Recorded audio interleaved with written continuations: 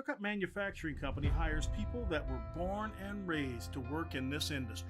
I grew up farming, and we had Hookup equipment on our farm. I still actively farm. I know what the farmers' problems are. I can use that to help make our products better. What kind of separates a successful farm from one that's having a little more trouble right now is the ability to market your grain. And the best way to manage that? On-farm storage. Sue Rother, fleet manager for Hookup Trucking Operations. We've had several calls where a farmer has broke down, a dealer needs the part right away. We do whatever we can to get it there. The Hookup Dealer Network is also a critical part of the company's success. Our relationship with our dealers is very close. They know who they can contact if they have a need. The dealers are absolutely committed to this product. When you buy something, you want to make sure you have good service that comes with it.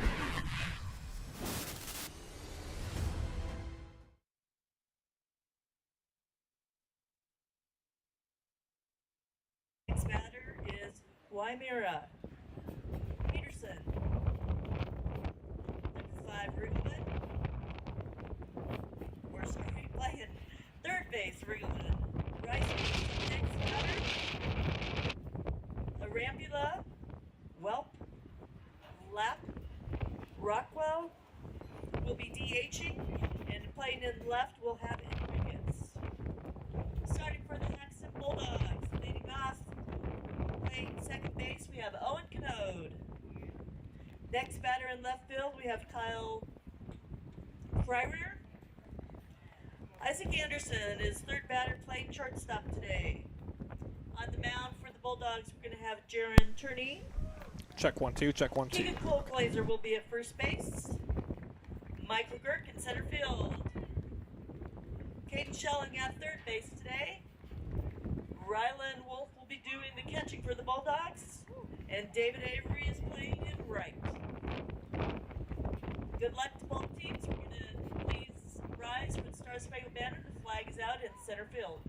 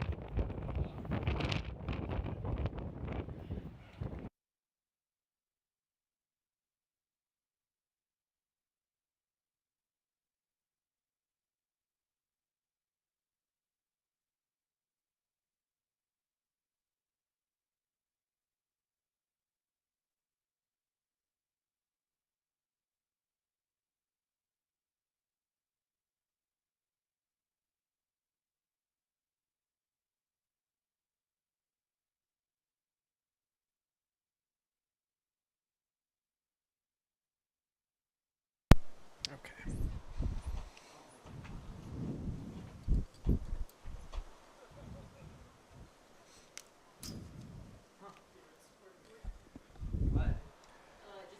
Good morning and welcome to today's presentation of Wray Eagles Baseball. Today's matchup pits the Eagles against the Haxtun Fightin' Bulldogs in a doubleheader. I'm Connor Dockery. I'll be your host for all of the action on the Wray Athletics Facebook page.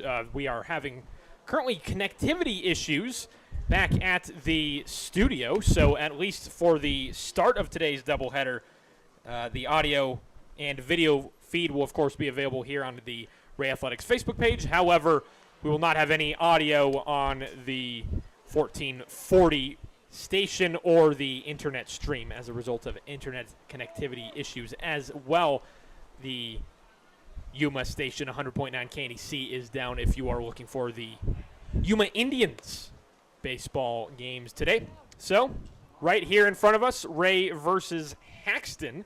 Starting on the mound for Haxtun is going to be Jaron Turney, and Wray will be first at the plate. Getting us started off will be Eddie Estrada. He is playing in center field for the start of today's doubleheader, followed up by Joey Wymura at shortstop, Ridge Peterson on the mound, Camden Riggleman at third base, Rice Peterson at first base, Chris Arambula at catcher, Darren Welp at second, Caden Lapp in right field, Carson Rockwell designated hitter, and fielding in his place will be Yahi Enriquez in left field. Head coach, of course, is Brett Vlasheen, year number 5 for Wray. So the first delivery, that one was swung on in the dirt. Next delivery misses 2 highs. That'll be ball 1. 1 ball, 1 strike to Eddie Estrada, leading us off in today's ball game.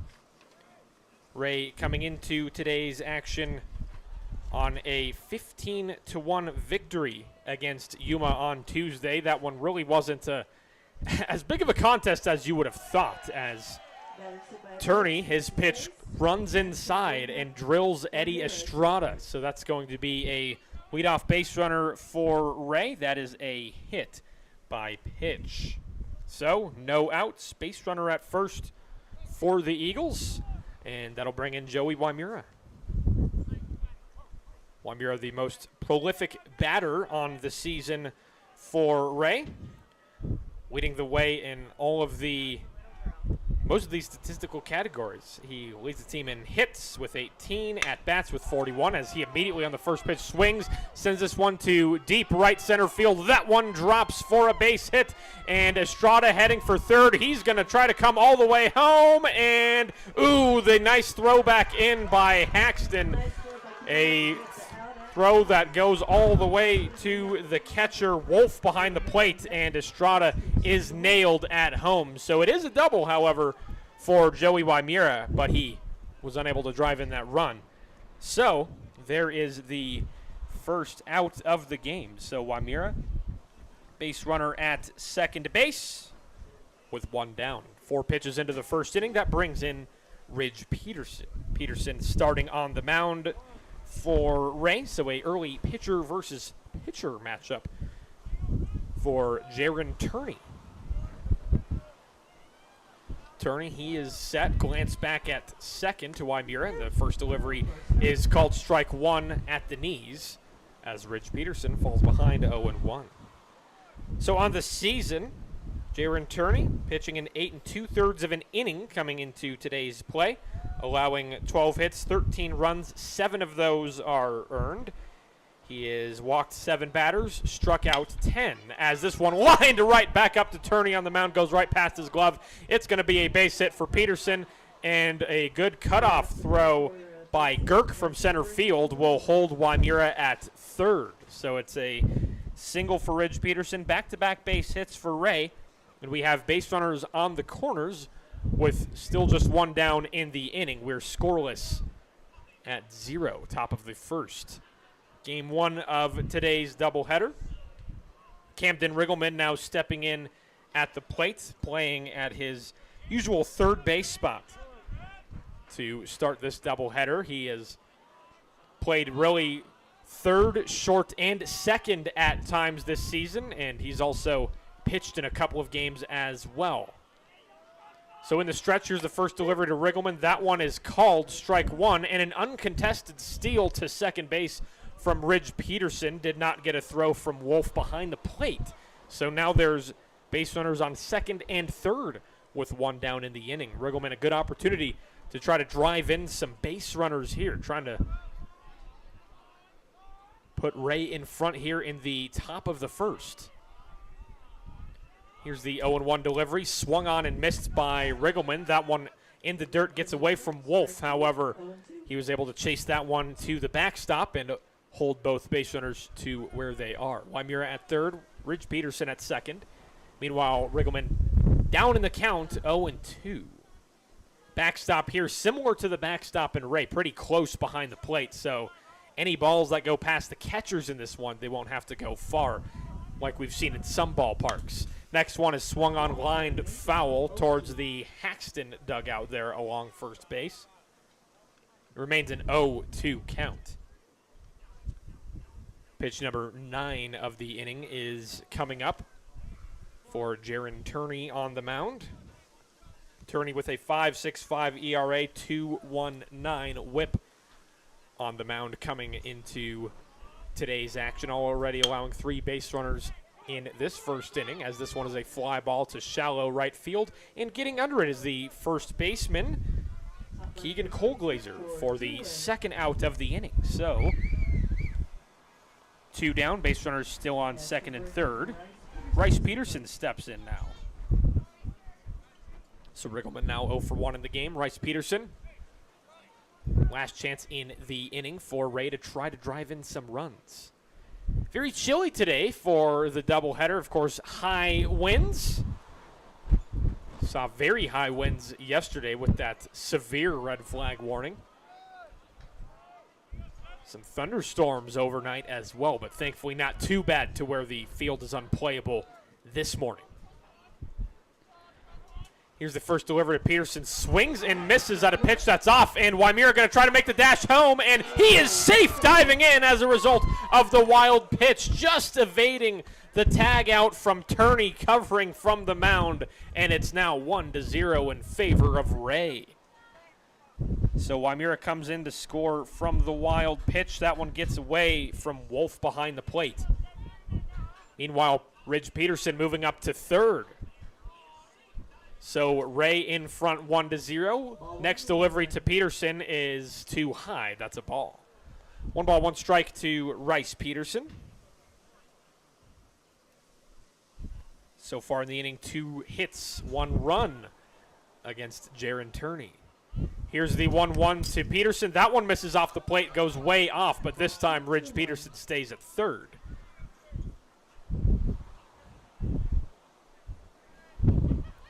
Pitch is getting away from Turney there behind the plate. And it's interesting to think how much of a difference on the pitches specifically is the wind making. Of course, the wind is going to have an impact on some of the fly balls and pop flies here, but on the pitches specifically, as this one goes right down the middle, called strike 2, and Turney is 1 strike away from getting out of this inning, trying to limit it to just the 1 run on that wild pitch.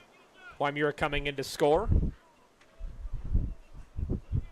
Turney is set, gets the call. Here is the 2-2 to Peterson. That one is popped foul behind the plate. Remains a 2-2 count. Peterson trying to stay in there. Of course, trying to find a way to bring in his brother from third. As well as, of course, extend the inning. Turney gets the call. Here is the 2-2 delivery. That one misses high and inside, and the count runs full. So Peterson, after falling behind 1-2 in the count, he's found a way to make it 3-2. Peterson, a practice swing there. Turney trying to get out of the inning. Here's the payoff pitch. That one swung on, foul tip behind. Peterson staying alive. Pitch number 17 of the inning is what awaits us for Bryce Peterson at the plate.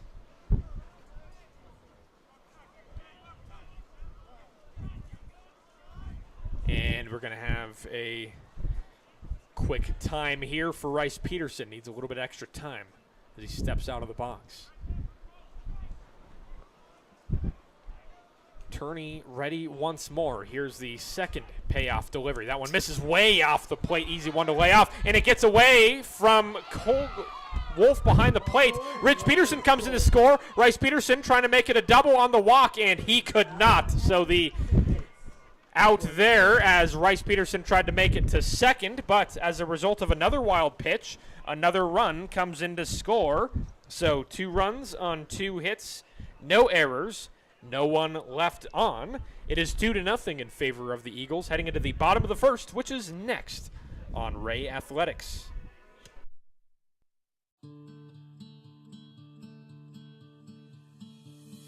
You have depended on Farm Rain for your customized farming equipment and service.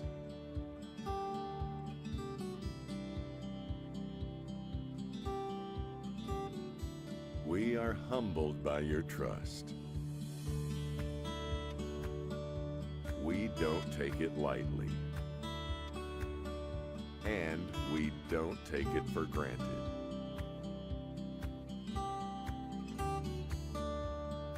Thank you for continuing to count on us.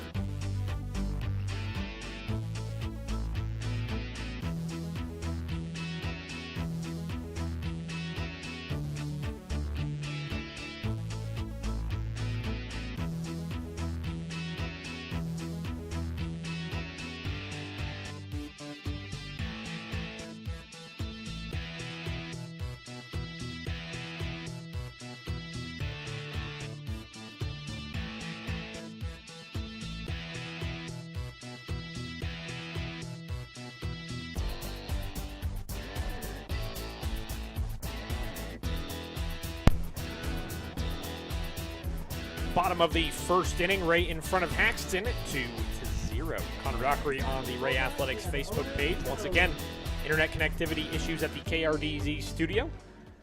Audio not available on the air on 1440, however, is available here on the Wray Athletics Facebook stream. So, Rich Peterson starting another game on the mound for Wray, as the bottom of the first brought to you by Eagle Oil. Eagle Oil of Wray can handle all your fuel and oil needs. That's Eagle Oil just east of Wray on Highway 34. As the first delivery from Rich Peterson to Owen Canode is off the plate for ball 1.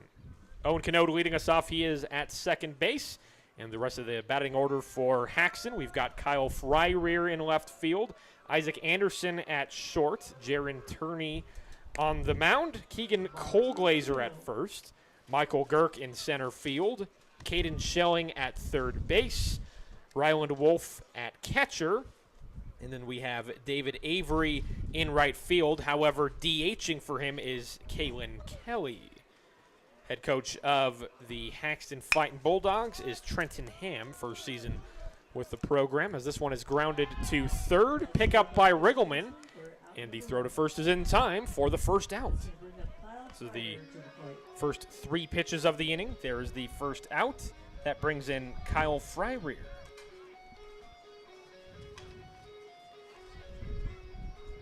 Haxtun coming into play, 7-5 overall, 5-5 against lower Platte teams, coming in as the 4th place team. First delivery swing by Fryrear goes to right center field, and that will drop right in between Estrada and Caden Lapp for the first base hit of the game for Haxtun. It is a 1-out single. So 1 down base runner at first. That will bring in Isaac Anderson. Anderson playing at shortstop today. So Rich Peterson quick chat there with the fielding umpire. Pretty close right there behind the mound with Peterson. Usually they're a little bit closer to second base. Here's the first delivery to Anderson. That one misses low for ball one. 1 ball, no strikes. Coming into today's play, Ridge Peterson on the mound, playing in 5 games on the mound. He has now started 3 games, third start today. So far a 2-0 record on the mound. Next delivery misses inside for ball 2. The hat of Ridge Peterson nearly flying off here with the high wind here in Haxtun. Peterson gets the call. Here is the 2-0 delivery. That one misses low and away for ball 3. Ridge Peterson trying to find a way to get back in the strike zone here against Anderson. Peterson coming into today's action, pitching in 12 innings, allowed 7 hits for 3 runs, 2 of them earned. He's walked 4 batters and struck out 6. Next delivery misses low, and it's a 4-pitch walk to Isaac Anderson. First walk issued of the game by Ridge Peterson, and that brings up Jaron Turney. 2 on, 1 out for Haxtun. Ridge Peterson, a 1.17 ERA, 0.92 WHIP, both lowest on the team, and he's been a bit of a good discovery for this team. Initially was not on the roster for the first games against Akron, as the first one swung on and missed by Turney as he falls behind 0-1. Peterson then was incorporated a couple of games in, and then he was used as a relief pitcher initially, but they realized, boy, this kid is pretty good as a sophomore pitching there on the mound, and they decided to use him in some starts, and they've really liked the results here of what he has brought on the mound. Another one was swung on, grounded foul along the third baseline towards the Wray dugout. So Jaron Turney falls behind 0-2. Ridge Peterson looking for out number 2 in the inning, wanting to limit these base runners here. Next delivery swung on and missed, and there's the second out on the first strikeout of the game for Ridge Peterson. 2 away. That brings in Keegan Colglazer. Peterson looking to keep this a 2-0 ball game for his side. Wray scoring 2 runs on 2 hits in the top of the first. And the first delivery to Colglazer misses in the dirt, and a pickoff attempt at third on the steal. The throw was unsuccessful. Also a late steal attempt from Anderson from first to second, also unsuccessful. So a double steal there with 2 outs. Pitch was in the dirt there as Arambula did a good job of keeping that one close, but could not hold off the steal. So a double steal there for Haxtun. Base runners now on second and third with 2 away in the inning. Meanwhile, a 1-0 count to Keegan Colglazer. Here's the 1-0. That one misses off the plate for ball 2. Trying to get back into the count right here.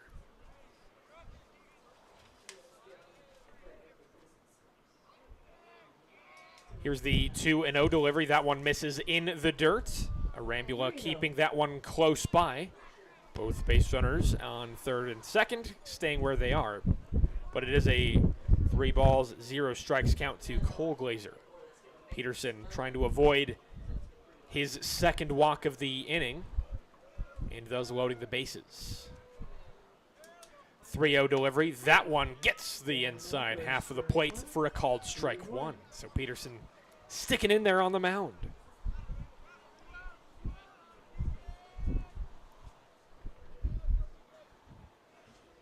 Three and 1 delivery from Peterson. That one misses low and away. It's a 5-pitch walk. So, second walk of the inning by Peterson. That one loads the bases. Michael Girk steps in from center field, trying to drive in Haxton's first scores of the game. Trailing 2-0 to Wray, bottom of the first. 2 out, bases loaded. Here's the first delivery from Peterson. That one is too high, and a check swing from Girk didn't fully go around. It's ball 1. As I mentioned, Haxtun 7-5 overall on the season. Wray 6-6 overall on the season. Both at 500 against lower plat teams. Wray 4-4.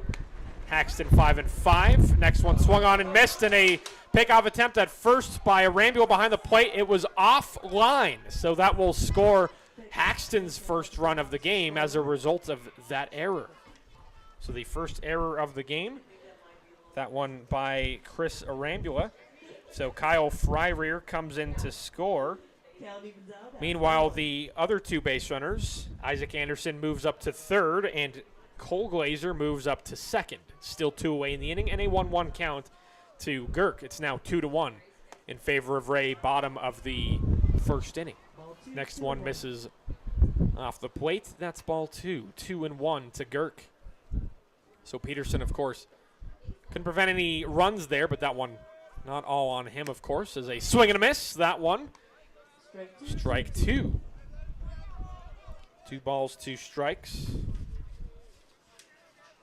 Arambula had a problem with throwing errantly on the season, as we saw that time, as ball 3 misses above. 3 balls, 2 strikes, with 2 outs and base runners on second and third. Arambula, that's his team-leading 15th error on the season. I know, kind of difficult there to throw right from the knees, as that one swung on, fouled behind the plate by Girk. It remains a full 3-2 count.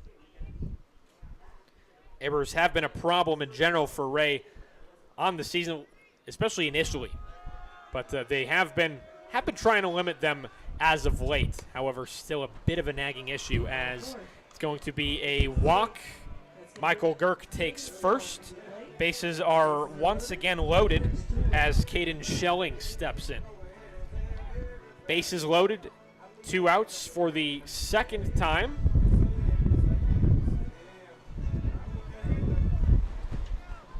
And that pitch count getting up there for Ridge Peterson in this first inning. Pitch number 24 is here for Schelling as he takes strike 1, called on the inside. No balls, 1 strike to Caden Schelling. Haxtun coming into today's play on the heels of a 6-3 win at Marino. Strike 2 called on the outside half of the plate. And Ridge Peterson has Schelling on the ropes, 0-2 with 2 down in the inning, bases loaded. It's just the second loss by Marino on the season, their second game of that doubleheader with Haxtun, as Haxtun still with a bases loaded situation here. This one grounded foul along the third baseline by Schelling. Remains an 0-2 count, so he's just hanging in there with that fouled pitch. Pitch number 27 of the inning, as that one misses away for ball 1. Good snag behind the plate by Arambula to keep that one close. It's now 1 ball, 2 strikes to Caden Schelling. Schelling steps back in. Bases loaded, 2 down. 2-1 Wray leads. Another one misses low and away.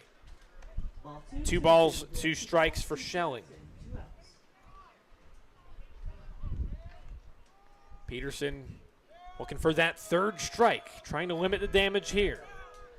2-2, swung on and missed, and there is the 3rd out of the inning. So Peterson dealing with a couple of bases loaded situations. However, he is able to limit the damage to just 1 run, and it was a error as well. So for Haxtun, 1 run comes in to score on 1 hit, 1 error in the inning, and 3 are left stranded. It's 2-1 in favor of Wray. Top of the second, next on Wray Athletics.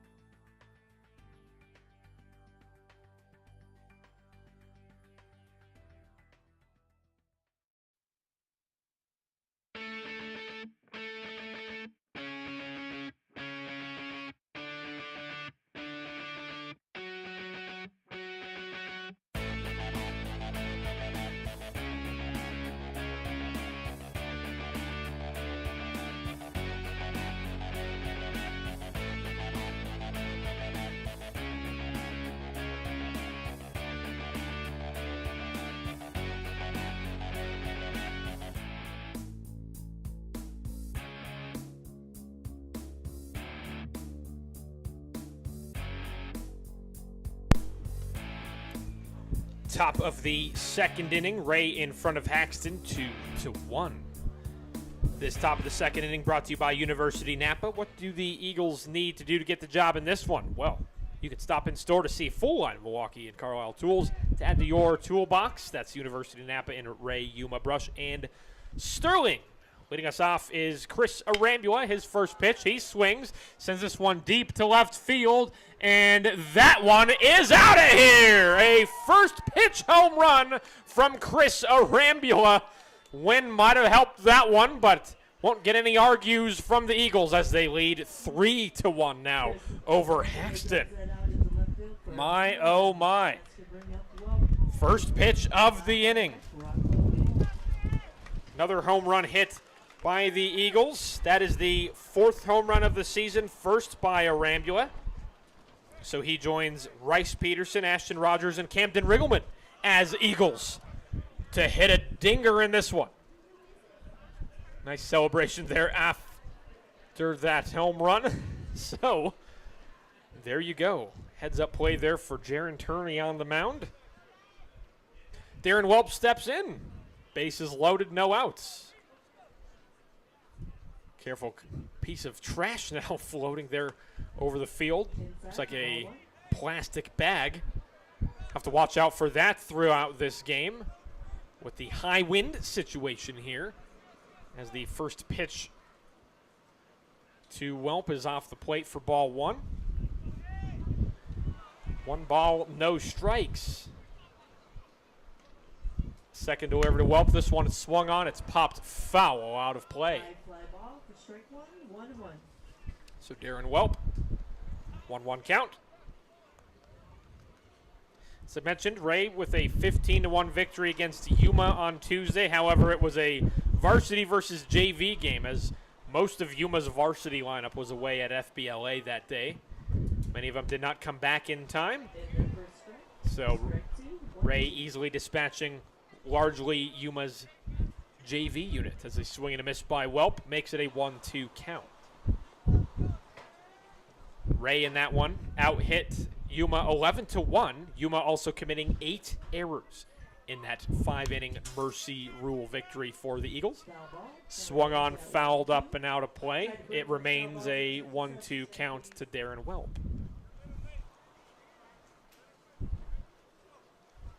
Turney looking to get that first out, of course.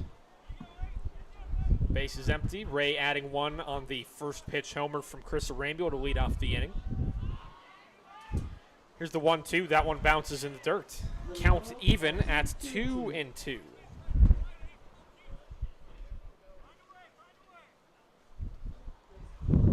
Welp steps back in. Welp was able to get his first hit of the season last weekend against Burlington as this one runs in and drills him on the backside, and it's a hit by pitch. Second batter that Turney has hit on the mound in this one. And now there's a base runner at first, no outs. That brings in Caden Lapp.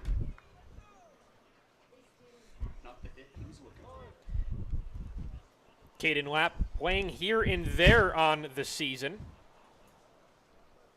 as he gets the start today, of course, playing in right field. Pitch misses in the dirt, and the wild delivery is going to allow Darren Welp to move up to second base. Third wild pitch thrown by Turney in this start.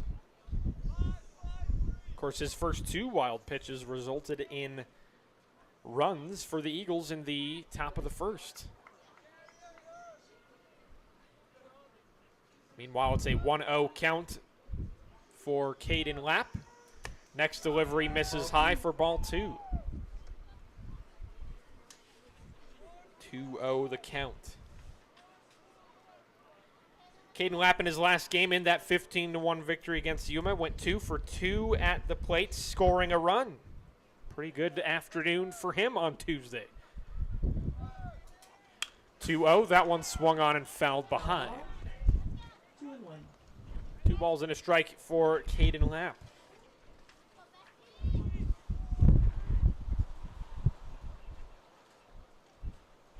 Wray on the season, playing better as the season rolls along. Had a bit of a rough start, especially fielding, as I mentioned, but all facets of their game has been improving. Their batting, pitching, fielding, all getting better as the season rolls along, which is always something you want to see, as opposed to, maybe starting hot and then faltering as the season winds down, approaching the postseason. You want this team to be playing their best baseball at the end. Trying to make a run there. Another fouled one by Lapp makes it 2-2, and a pitch off the plate makes it 3-2. Another full count. Jaron Turney dealing with several of those full counts in this one so far. Turney gets the call, glance at second, but makes the pitch anyways. Swung on and missed, and there's the first out of the inning. It's also the first strikeout of the game for Turney. So one down, and base runner at second base is Darren Welp. That brings in batter number 9, Carson Rockwell. Rockwell DHing today. In the field is Yahi Enriquez in left field. So here is the first delivery. That one misses off the plate for ball 1 for the lefty hitter Rockwell. Rockwell in that 15-1 victory against Yuma. 1 for 1 at the plate, 2 runs batted in, and also scored a run. That was his first high school triple, was that one hit in that game. He was a pinch hitter late in that game as well and took full advantage of it.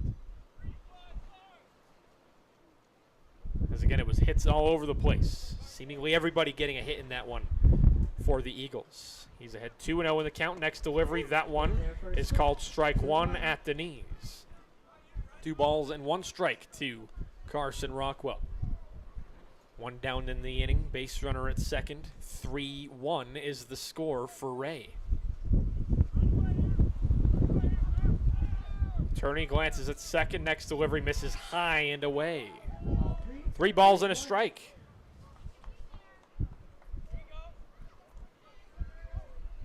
Rockwell looking to take advantage of this count. Advantageous count right here. Turney, of course, doesn't want to allow another base runner with 1 down here. Trying to get back in the strike zone with this next delivery. And he's able to elicit a swing and a miss from Rockwell. Runs the count full.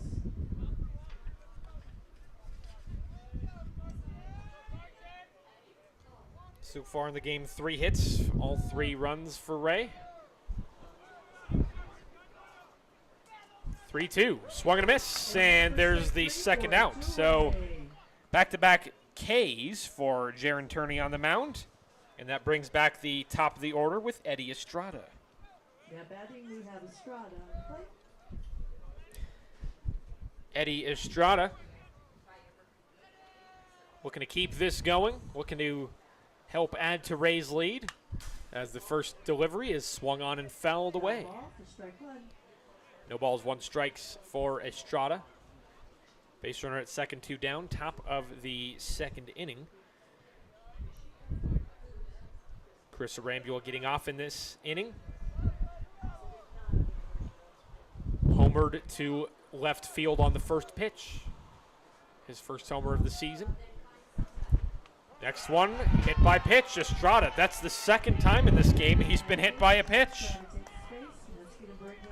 It's the 3rd time total that Turney has hit a batter. Of course, 2 of those being Mr. Estrada. It's going to bring up a mound visit for Turney, trying to settle him down here. A bit loose with his pitches so far in this one. Again, you don't know how much of an impact this high wind has on his delivery. Of course, the fly balls, the pop flies, of course, even the home run by Chris Arambula could have had some wind assistance on that one, but on these pitches, you never know how much of an impact that has. So, mound visit subsides here for Turney as he's trying to shut down this inning, trying to keep that solo homer from Arambula as the lone run of the inning. Base runners on first and second, 2 down. Joey Wymira at the plate. He is 1 for 1 so far in this one. Hit a 1-out double in the first inning. Also scored the first of 2 runs in that inning on a wild pitch. Pitch is in the dirt, and we're going to have a double steal here from Wray. Welp advancing to third, and Estrada advancing to second. So Haxtun executing a 2-out double steal in the bottom of the first. Wray answering with a 2-out double steal of their own in the top of the second. 1-0 the count to Wymira. That next one is swung on and fouled away. Count runs even.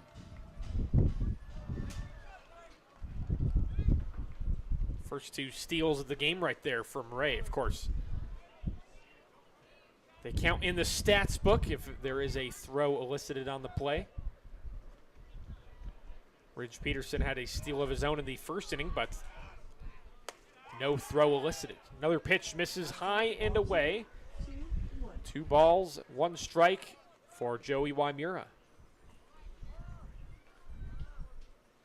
Trying to add to his team's lead. Wray with a 3-1 lead currently. They led 2-0 after the top of the first inning as he takes strike 2 on the outside half of the plate. Turney looking for that third strike here. 2 balls, 2 strikes, 2 down, 2 in scoring position in the top of the second. 2s all over the place. 2-2 delivery. That one is called strike 3 on the inside half, and all 3 outs in the inning for Jaron Turney are on the strikeout. So Wray scores 1 run on 1 hit. That solo home run from Chris Arambula. No errors, and 2 are left on. It's 3-1 in favor of Wray. Bottom of the second, next on KRDZ. The patronage check that we receive once a year has been great for us. You know, the cashback patronage is like a little bonus almost. I mean, it shows up when you're not expecting a dividend. When you're paying it into a business that you are part owner in, that money comes back to you. It takes the edge off of that. It makes it feel like you're doing something a little bigger, a little something better, using your money a little more wisely.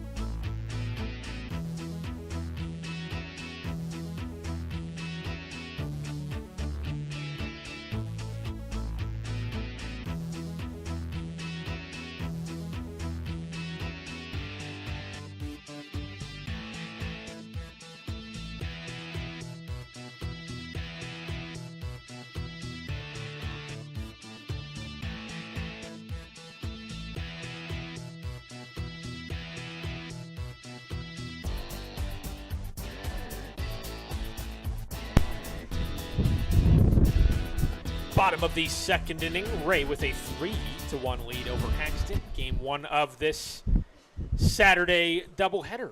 Connor Dockery on Wray Athletics, KRDZ. Internet's still down there, so this game is still not on the air on the radio.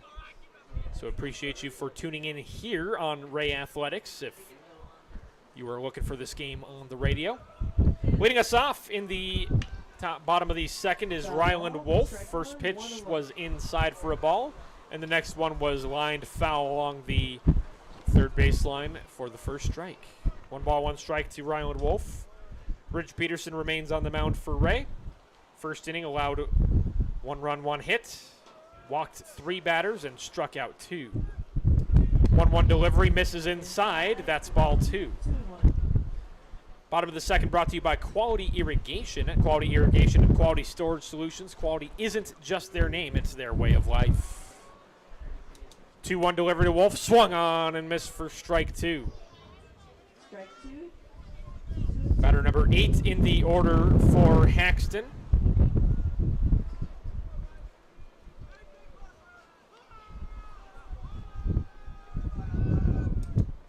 2-2 delivery. That one is called strike 3 at the knees. And there's the first out of the innings. The third strikeout of the game for Ridge Peterson. Batter number 9 in the order for Haxtun. It is Kalen Kelly. He's the DH for Haxtun in this one. In the field is David Avery for him in right. First pitch swung and missed for the first strike. Ridge Peterson really locating that ball well in the inning. Location was a bit spotty there in that first inning, as evidenced by those 3 walks. However, seems to be a little bit more under control here. And the next delivery is swung on and fouled behind. It's now an 0-2 count. Ridge Peterson looking for his 3rd consecutive strikeout here. 0-2. This one swung on, fouled away, out of play. Remains an 0-2 count. Haxtun on the season, they started 5-2. However, they have since gone 2-3. As I mentioned, coming in on a doubleheader split with Marino. Just Marino's 2nd loss of the season. Another one fouled, tipped. So, consecutive fouled pitches from Kelly. Keeps it at an 0-2 count. Haxtun matches up statistically closely with Wray, so this doubleheader will be very interesting to see how it unfolds, as this one is a fly ball to deep left field, and that one is gone. Kalen Kelly on an 0-2 count with a solo home run, 1 down in the inning. That's the 2nd home run of the game, won by Chris Arambula of Wray, and now one for Haxtun. Compliments of Kalen Kelly as his team meets him at home plate. Hyped for him, and it's now a 1-run ball game, 3-2. It's the 2nd home run given up by this Wray pitching staff. First one given up by Ridge Peterson. And that brings back the top of the order with Owen Canode. Pitch number 39 coming up for Ridge Peterson. Forced him to throw nearly 30 pitches in that first inning. First delivery, that one is strike 1 on a high pitch. Canode tried to check his swing but broke the plane. No balls, 1 strike for Canode. Base is empty, 1 out. Next delivery misses low and away for ball 1. 1-1. 1 ball, 1 strike for Canode. Haxtun has gone 6-5 against Wray since 2015. Lost last year's meeting with Wray 11-1. Of course, Wray with a fantastic season last year, went undefeated in the regular season, but they were eliminated in their first playoff game against Wray. We have a fly ball to left center field, and getting under it for the catch is Eddie Estrada. There's the 2nd out of the inning. So a fly out for Owen Canode. Brings in Kyle Fryrear. Base is empty, 2 outs.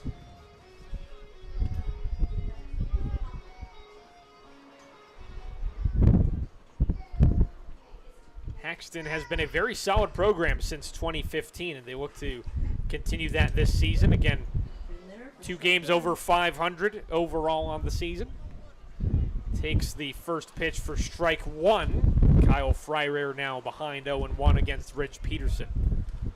Looking to wrap this inning up quickly after giving up that solo home run from Kalen Kelly. This one is grounded foul along the 3rd baseline. 0-2 count now. Ridge Peterson's cap flies off his head. Nearly flew off in the first inning, and it flew off again now here. We've seen that in another windy game earlier in the season. Lots of wind this spring so far. Very windy spring. Of course, usually windy this time of year, but this year it's been really windy. especially last night, hurricane-level winds as one goes right down the middle, called strike 3. Fryer just frozen up there on that 0-2 count, and the side is retired. So Haxtun scores 1 run on 1 hit, that solo home run from Kalen Kelly. No errors in the inning and no one left on. It's 3-2 in favor of Wray. Top of the 3rd, next on Wray Athletics.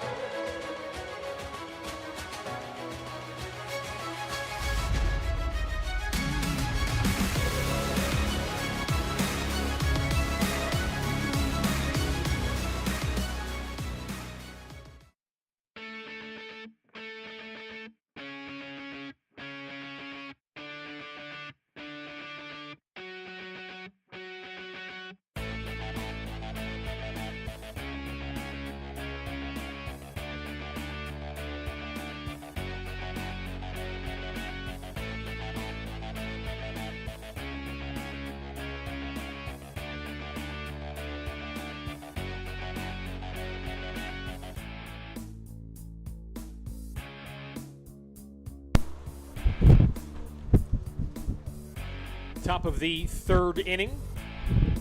Wray in front of Haxtun, 3-2. Connor Dockery on Wray Athletics.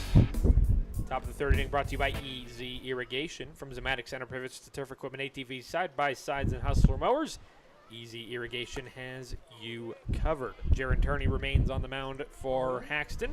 Leading us off for Wray is Ridge Peterson. Peterson throwing 45 pitches through 2 innings on the mound. Turney throwing 40 pitches as this one is flied to foul territory. First pitch was taken for a ball as well, so it's a 1-1 count for Ridge Peterson. Peterson 1 for 1 in this ball game. Hit a single the first inning. Also scored one of Wray's 3 runs. He was able to score as a result of a wild pitch. 1-1 delivery. This one is a soft tapper, but it's going to go foul.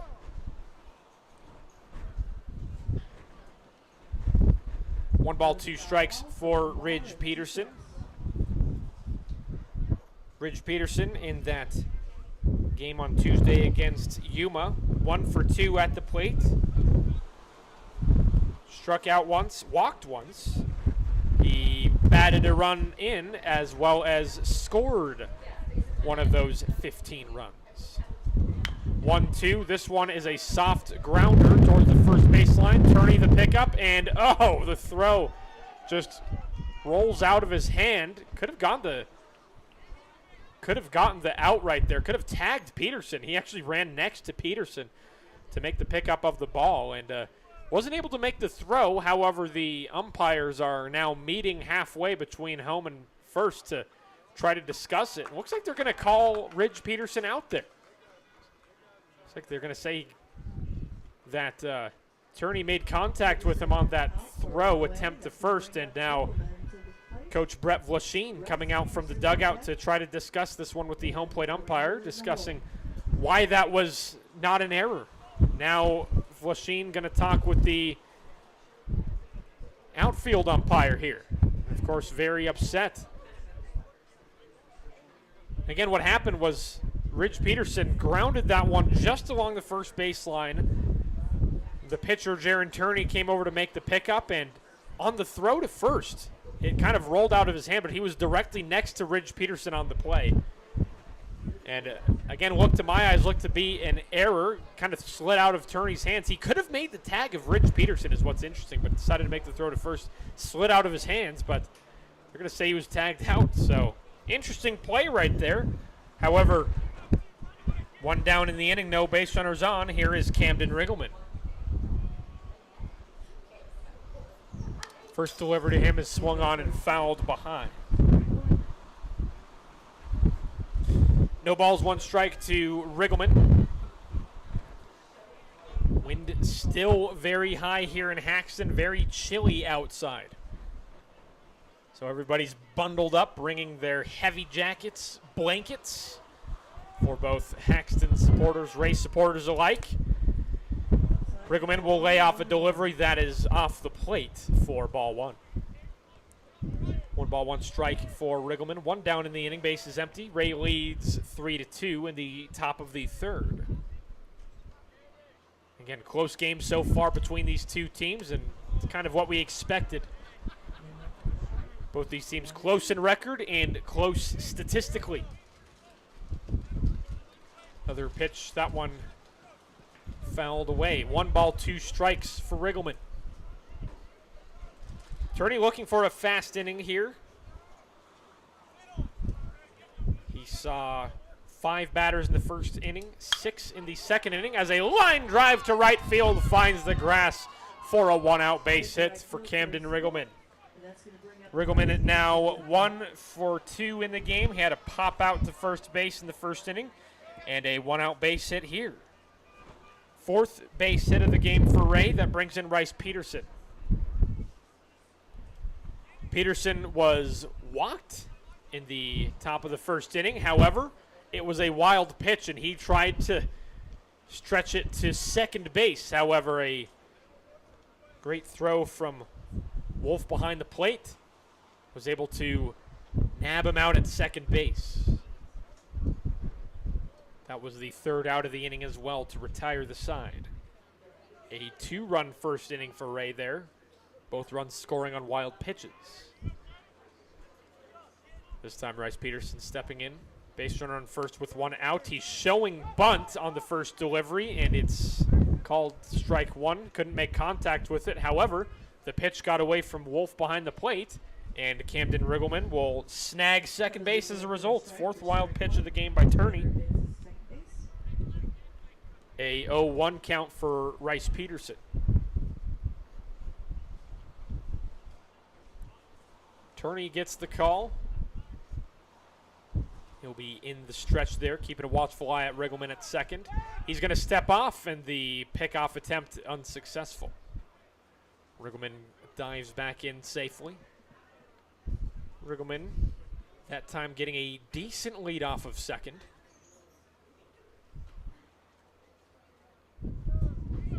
Pitch number 50 of the start for Turney.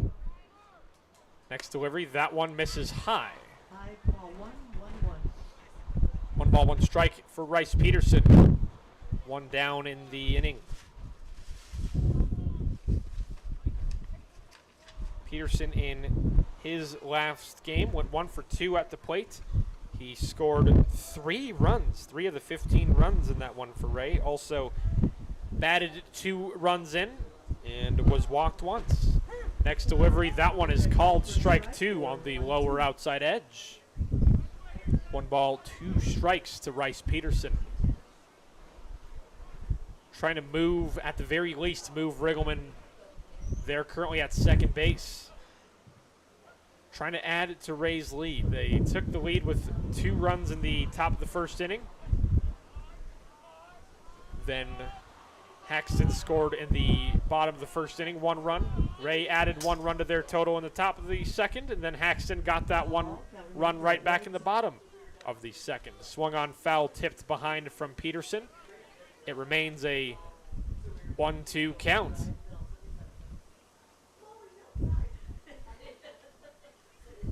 Turney taking his time there on the mound. Riggleman takes a couple of side steps off of second, a glance back at second from Turney, and the next delivery is called strike 3 on the inside half for the second out.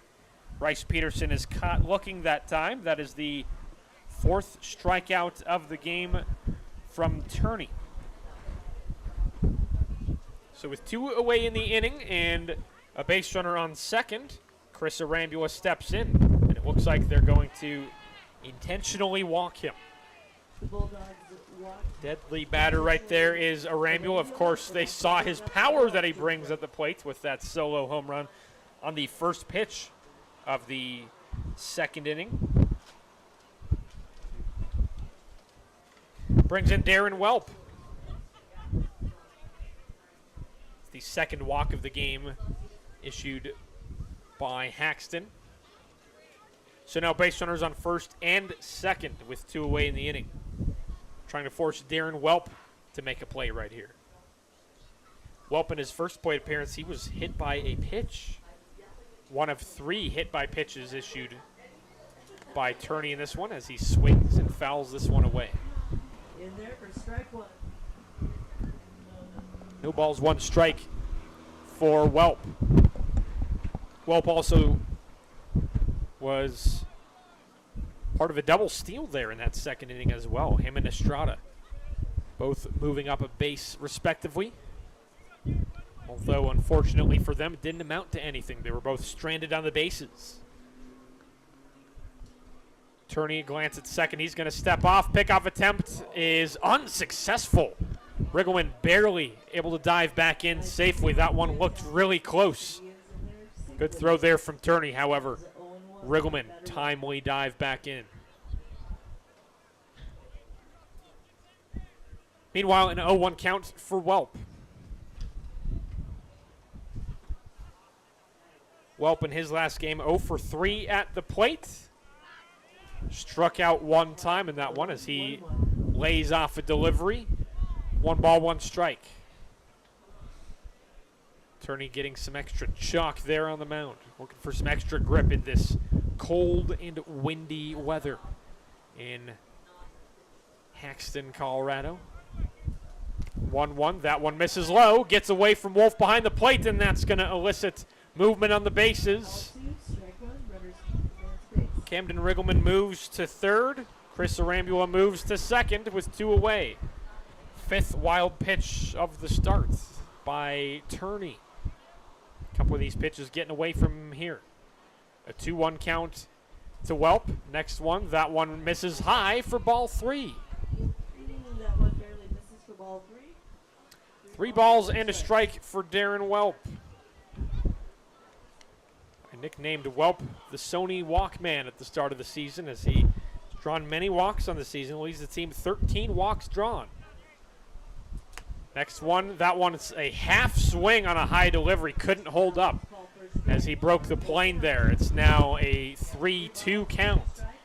Big payoff pitch coming up from Jaron Turney. 3-2, 2 down, 2 in scoring position for Wray as they lead 3-2 in the top of the third. Turney looking to retire the side, allowing no additional runs. 3-2. That one misses in the plate. Gets away from Wolf behind the plate. Riggleman going for home, and he is safe diving in.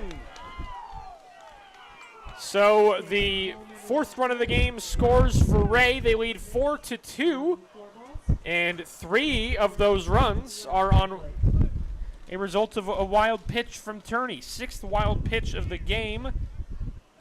So Riggleman scoring. Arambula advances to third, and Darren Welp, as a result of the walk, is on first. So base runners on the corners, still 2 away in the inning.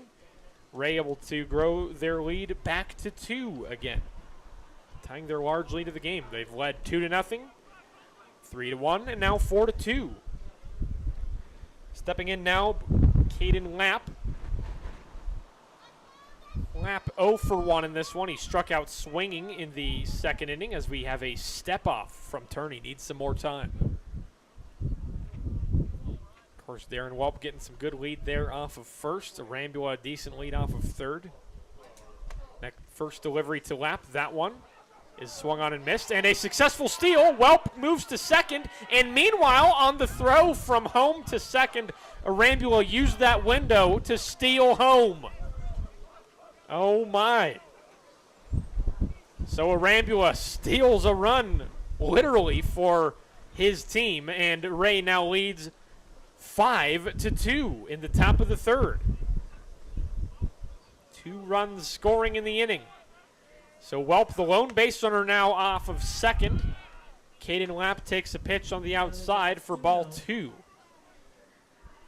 2-0 the count. So Arambula steals home, a successful steal as well for Welp.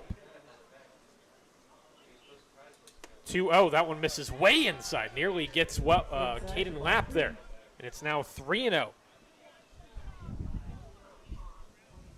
Turney was in good shape there, had 2 outs and 2 on, however, was unable to get that third out without allowing any runs. 3-0, swung on, fouled away by Lapp. 3 balls, 1 strike for Lapp. So far in the inning for Wray, 2 runs on 1 hit. Otherwise, an intentional walk of Chris Arambula and then a walk of Darren Welp. Riggleman with 1 out, getting us going with that single into shallow right field. And it's going to be a 5-pitch walk for Lapp. Another one misses off the plate. So the 3rd walk of the inning. That brings in Carson Rockwell. Rockwell in a big spot here. He struck out swinging in the 2nd inning. Pitch number 65 for Turney right here as a swing and a miss from Rockwell. He falls behind 0-1. Rockwell, number 9 in the order, DHing in this one in place of Yahi Enriquez, who is playing in left. So base runners on 1st and 2nd with 2 outs. An 0-1 count to Rockwell. Wray leads by 3, top of the 3rd. Next delivery, that misses high and away for ball 1. 1 ball, 1 strike for Rockwell.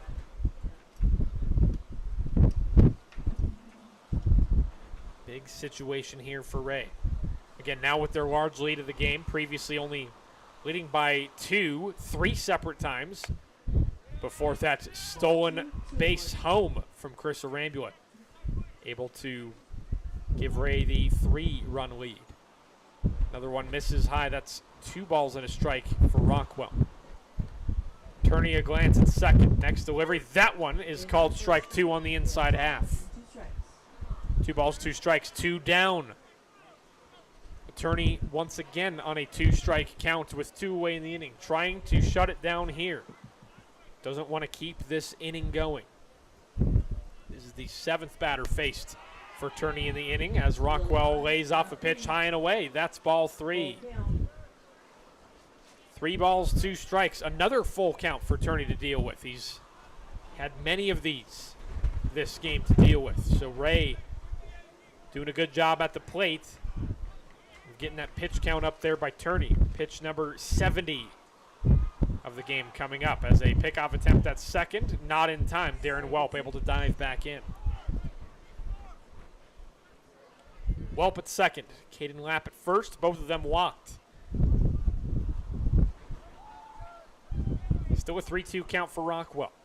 Glance at 2nd. 3-2 delivery. That's called strike 3 at the knees, and the side is retired. So 2 additional strikeouts in the inning for Jaron Turney. Wray scores 2 runs on 1 hit.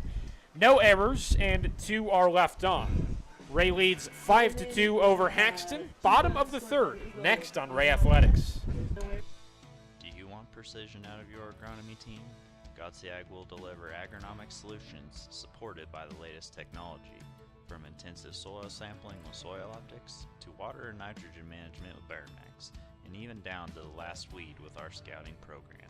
We provide season-long input and management strategies that deliver maximum return on investment. Contact us now to learn how we can make the most out of your agronomic inputs.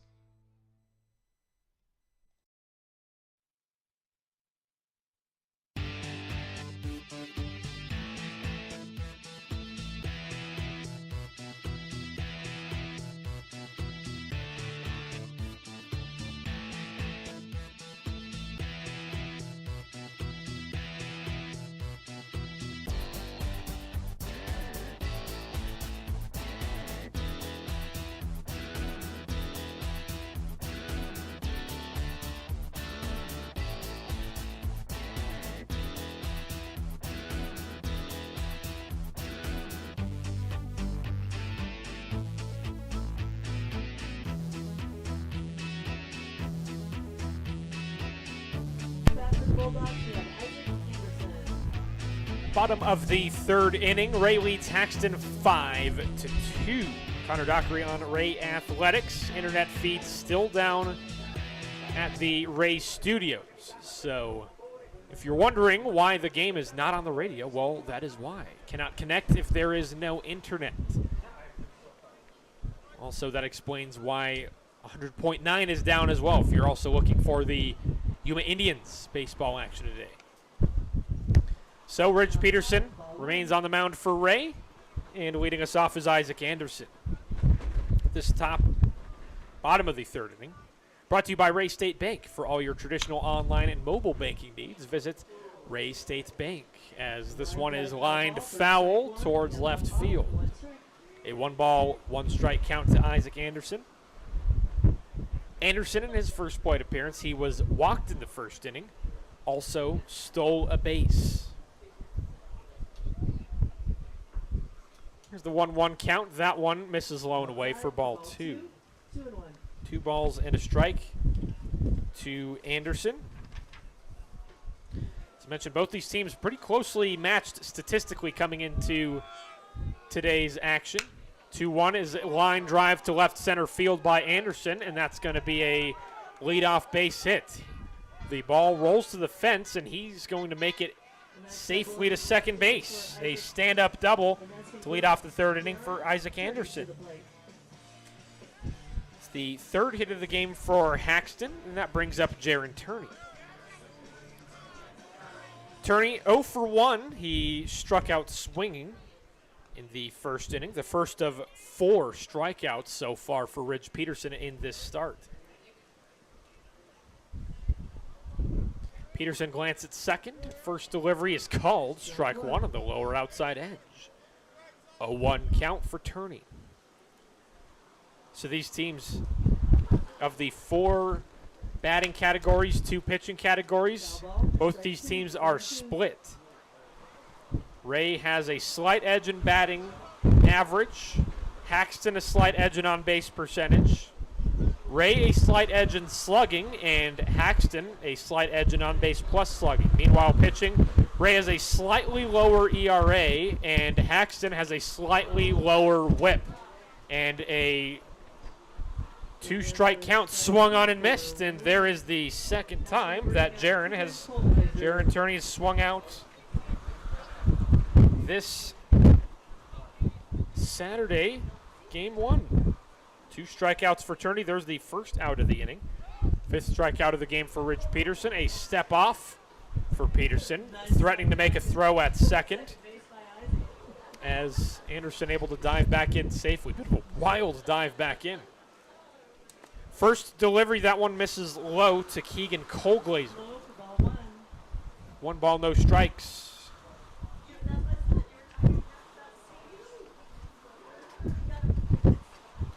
Ridge Peterson ready. Glance at second. Here's the 1-0 delivery. Swung on and missed. Good delivery, good location from Ridge Peterson. It's a 1 ball, 1 strike count. Peterson, watchful eye of Anderson at second. Next delivery, this one swung on, grounded foul towards the Wray dugout. Look out, Terry J. 1 ball, 2 strikes now. Ridge Peterson looking for his second out of the inning. Able to strike out Jaron Turney just before this. Wray leads 5-2 over Haxtun, bottom of the third inning. Base runner on second, 1 down. And this one is going to run in and get Colglazer on the behind. That's the first batter hit by a pitch for Haxtun today. So Colglazer will take first. Now base runners on first and second with 1 away in the inning. Michael Girk stepping in for Haxtun. And a quick step off from Ridge Peterson as he gets set there on the mound. Girk in this one. He was walked in the first inning, first plate appearance, as he swings and grounds this one foul along the third base line. No balls, 1 strike for Michael Girk. Girk on the season, 6 hits and 25 at-bats, a .240 batting average, .367 on-base percentage, .320 slugging, and a .687 on-base plus slugging. Another pitch, this one misses low and away for ball 1. That evens up the count at 1 for Girk. 2 on, 1 out. Peterson, watchful eye at second of Isaac Anderson. Meanwhile, the next delivery is swung on and foul tipped. 1 ball, 2 strikes to Girk. So far in this one, Ridge Peterson struck out 5 batters, walked 3. He has allowed 3 hits for 2 runs. 1-2 to Girk, swung on and fouled away. That one towards the park that is directly adjacent to the baseball field here in Haxtun. Very beautiful ballpark here. Remains a 1-2 count for Michael Girk. Glance at second, next delivery. That one misses off. 2 balls, 2 strikes for Girk. Girk, of his 6 hits coming into today's action, 2 of them doubles. He's also batted in 5 runs, been walked twice, struck out 7 times. This one grounded, and a nice snag there by Wymura at short, but he has no play to make. It's going to be an infield single for Girk. Very close play. Again, a great snag there by Wymura on the diving play. Even though he was unable to make the throw to get any base runner out, he was able to at least save any runs coming in to score, because if that one rolled past him and into the outfield, you already know Isaac Anderson would have definitely made the run home. So Wymura saving a run there despite the infield single. Bases are now loaded with 1 away, and that brings in Caden Schelling. First delivery to him misses low and away for ball 1. 1 ball, no strikes for Schelling. Big situation here for Ridge Peterson. We'll see how he navigates out of this one, as this one is grounded just along the third baseline, but it is fair. That's a devastating hit there for Haxtun. At least 2 runs scoring. The throw back in from Enriquez is going to hold Girk at third, and it's going to be a 2 RBI double from Caden Schelling. And just like that, Ray's lead trimmed to 1 again. It's now 5-4. So Girk, he struck out swinging in the first inning, and with that double here, he is now 1 for 2 on this game. Meanwhile, stepping in, Ryland Wolf swings and foul tips. This one to the glove of Arambula. No balls and a strike. So Isaac Anderson and Keegan Colglazer coming in to score on that 2 RBI double. Meanwhile, pickoff attempt at third is off the line, but diving in safely is Girk. Riggleman getting enough of a piece of that one that the throw didn't get too far away from him. So base runners remain on second and third for Haxtun. Girk at third, Schelling at second. A 1-1 count for Ryland Wolf. Still 1 away in the inning. Here's the 1-1 pitch. That one bounces in the dirt, gets away from Arambula, coming in to score Girk, and he is safe at the plate. And Arambula unhappy with that call. Looked like they tied there at the plate, but you know what the old saying goes, tie goes to the runner. And we are tied, speaking of ties, we are tied at 5 as a result of that play. So a wild pitch from Ridge Peterson. Girk scoring as a result of that wild pitch. So 3 runs scoring in the inning for Haxtun so far on 3 hits. Also a hit by pitch mixed in there as well. So now a base runner at third. It is Schelling. He also moved up as a result of that wild pitch. And a 3-1 count to Wolf. Next delivery, that one called strike 2 at the knees. A 3-2 count for Wolf. Wolf in this one, he is 0 for 1. He struck out looking in the second inning. 3-2, this one is a grounder, and it's lined right up the middle, just past the glove of Darren Welp. And Haxtun with their first lead of the game. It's an RBI single from Ryland Wolf, now 6-5 for the Fightin' Bulldogs. So Caden Schelling coming in to score. Ryland Wolf, base runner at first. 4 runs now scoring in the inning on 4 hits, and Ridge Peterson now with the visit on the mound.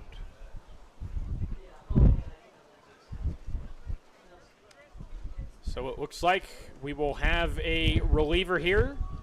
Joey Wymura stepping on. So we will step aside in the meantime. We are in the bottom of the 3rd inning. And Haxtun in front, 6-5.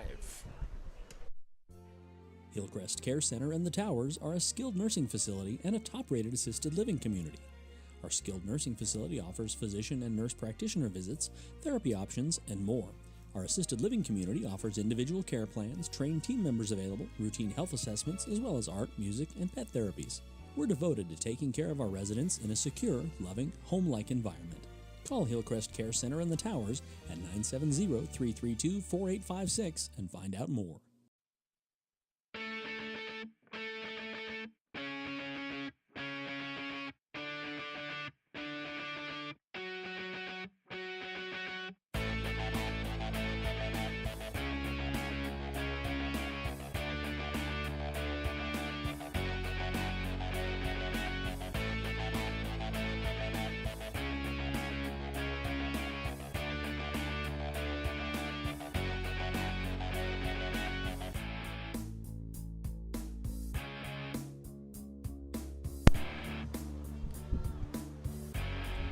Haxtun in front, 6-5 over Wray. Ridge Peterson being pulled after 2 1/3 innings. He's allowed 6 hits, 6 runs, struck out 5 batters, walked 3.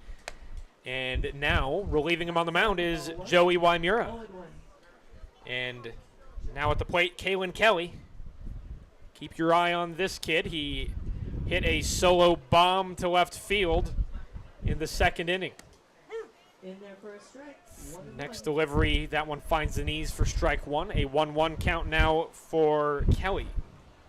So base runner on first, it is Ryland Wolf. Just hit an RBI single to drive in the go-ahead run. First lead for Haxtun all game.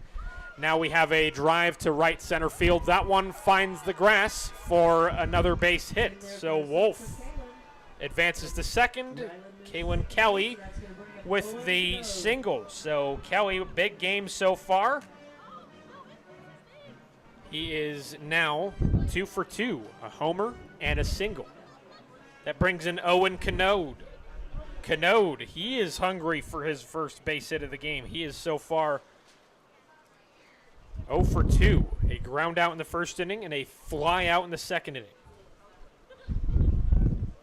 So the 5th hit of the inning for Haxtun. First given up for Wymura in relief.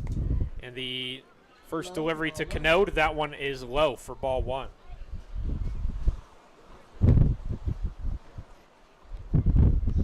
So meanwhile, the defensive adjustments for Wray. Ridge Peterson is now at second base. Riggleman is at short, and Darren Welp is at third. A bunt here for Canode. That one rolls to Welp at third, and the throw to first is way off the mark. And what would have been an infield single, and bases loaded, is now an infield single, but with a run scored. So as a direct result of that error, Haxtun now leads 7-5. So it's still going to be ruled an infield single there for Canode. However, coming in to score the run, Ryland Wolf as a result of that error. So a great bunt there for Canode. Haxtun leads by 2. Now at the plate, Kyle Fryrear. Still 1 down in the inning. And a 1-0 count to Fryrear.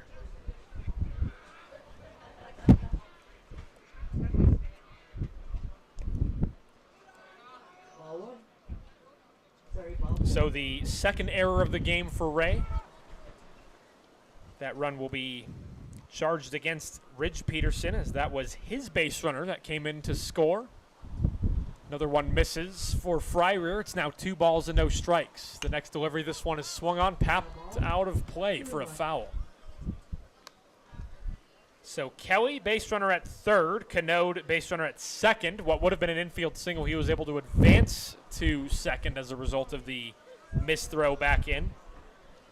So 2 hits given up for Wymura, and his first 2 batters faced in relief. Next one misses inside. It's ball 3. 3 balls and 1 strike to Joey Wymura. Pitch number 9 in relief for Wymura is this next delivery. 3-1. That one is called strike 2 on the lower inside edge. That runs the count full. 3 balls, 2 strikes.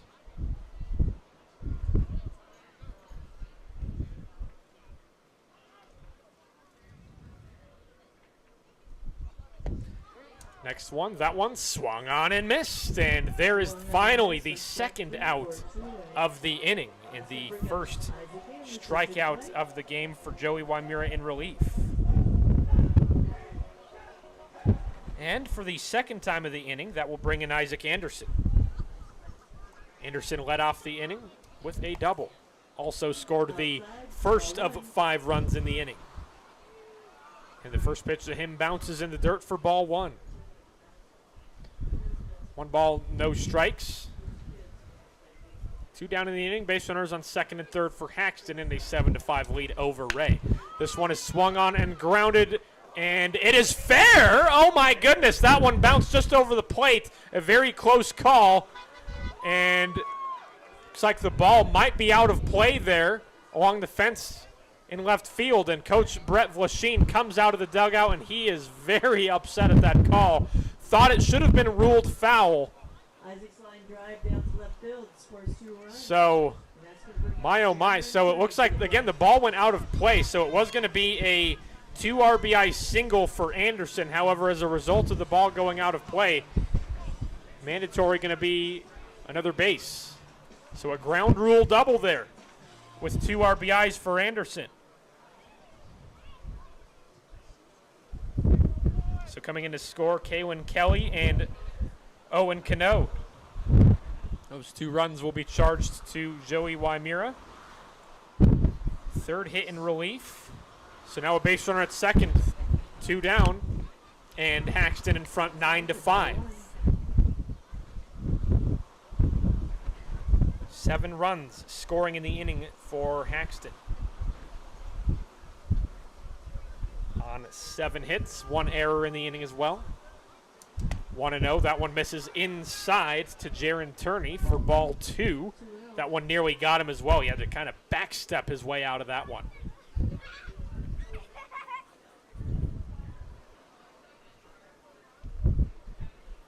So a 2-0 count. Next one, that one called strike 1 on the knees. 2-1. Turney in this one, he is 0 for 2 with 2 strikeouts in the first inning and the 3rd inning. So he's looking to get his first knock of the game. 2-1. This one is swung on. It's a fly ball to left field. Enriquez getting under it, and it doesn't matter. It's over the fence for a home run. Second dinger of the game for Haxtun. Turney now 1 for 3 as a result, drives in 2 runs, and it's 11-5 now in favor of Haxtun. Things going from bad to worse for the Wray Eagles in the inning. My, oh my.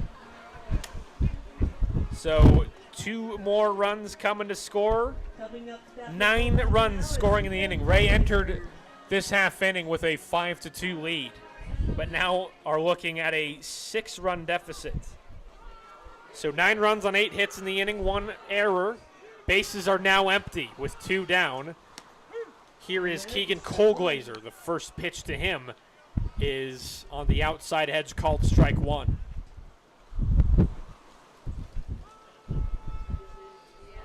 Here's the 0-1. That one bounces in the dirt. 4 ball 1. 1 ball, 1 strike. Colglazer, no official at bat in this one. He was walked in the first inning and then hit by a pitch in the start of this inning. Scored one of these 9 runs in the inning as he swings and misses at a pitch in the dirt.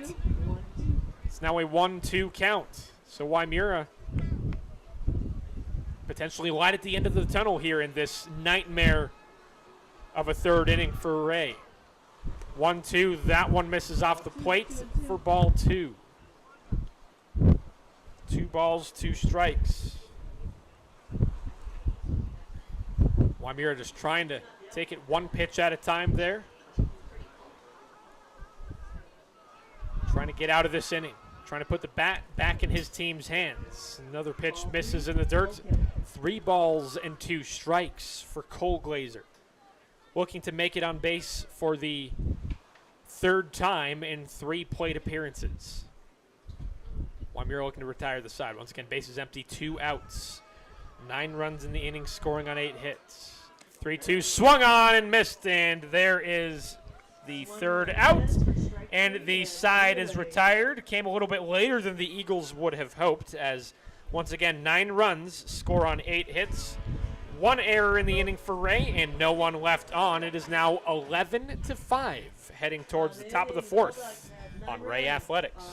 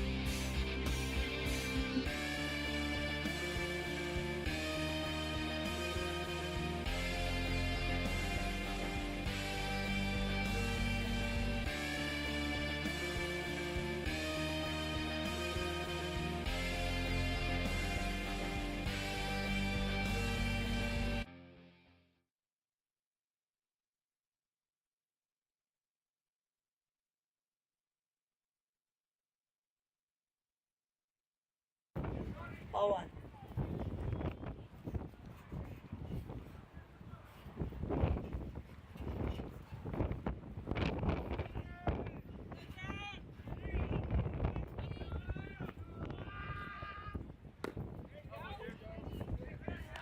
Two and 1.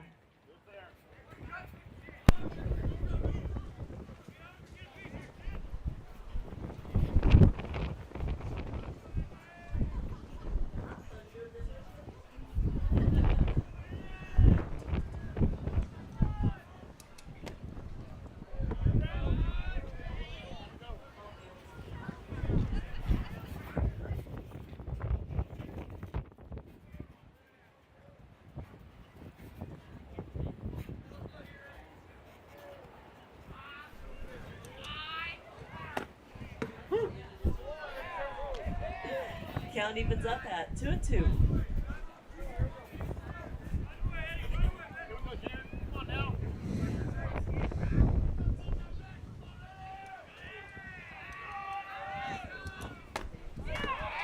In there for strike 3 and 1 away.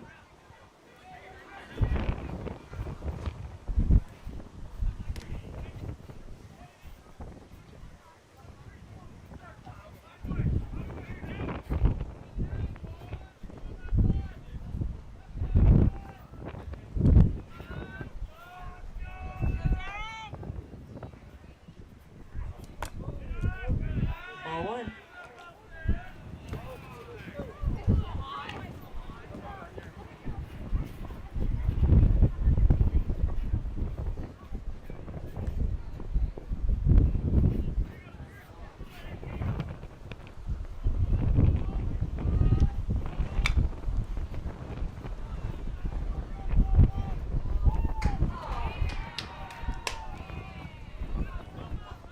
Safe at first. That's going to bring up Peterson to the plate.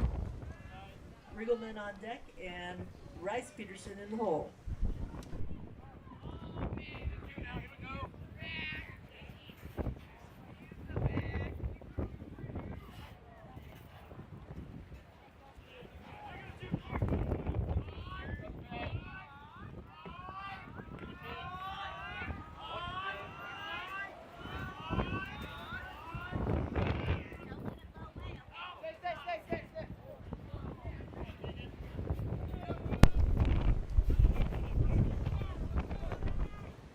Internet connectivity issues at the KRDZ studios in Wray. However, we are able to get on the air. So we are about halfway through this one in Haxtun, game 1 of the doubleheader. If you are just tuning in, Haxtun with a 11-5 lead over Wray, able to score 9 runs in the bottom of the 3rd inning.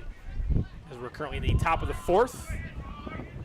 Joey Wymura able to hit an infield single in this inning with 1 down. So currently, Jaron Turney on the mound, still on this start. So 1 down, base runner at second. It's Joey Wymura. Stepping in is Ridge Peterson, currently with a 1-1 count. As we get you all caught up here, so far Haxtun 11 runs on 10 hits, 2 Wray errors. Wray, their 5 runs on 5 hits. And meanwhile, a pickoff attempt at second off the mark, and that goes to the outfield, and as a result, Wymura going to advance to 3rd. So there is the first error of the game for Haxtun. That's going to be against Turney on the mound, that errant throw. So now Wymura, the base runner at 3rd, as Wray tries to answer to that big 9-run bottom of the 3rd inning from the Fighting Bulldogs. Meanwhile, still a 1-1 count to Ridge Peterson. 1-1 count, that one misses high and away, ball 2. Peterson in this one, he is 1 for 2. Had a single in the 1st inning and then grounded out on a controversial play in the 3rd inning. 2-1, that one misses high and away. 3 balls and a strike. 3-1. That ground out in the 3rd inning. Again, grounded that one right along the first baseline. Jaron Turney, the Haxtun pitcher, came over to make the pickup and kind of appeared to throw it at first, even though he could have tagged out Ridge Peterson. Appeared to throw it at first, kind of lost the handle there.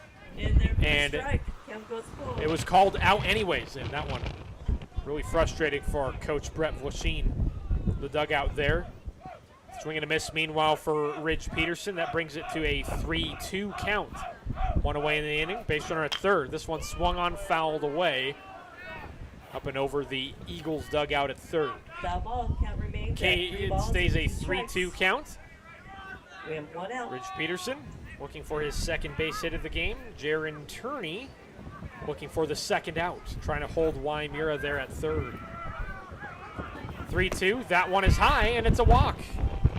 So the 2nd time this game that Ridge Peterson has made it on base. It's the 5th walk issued of the game by Jaron Turney, next to 6 strikeouts. 1 out. That brings in Camden Riggleman.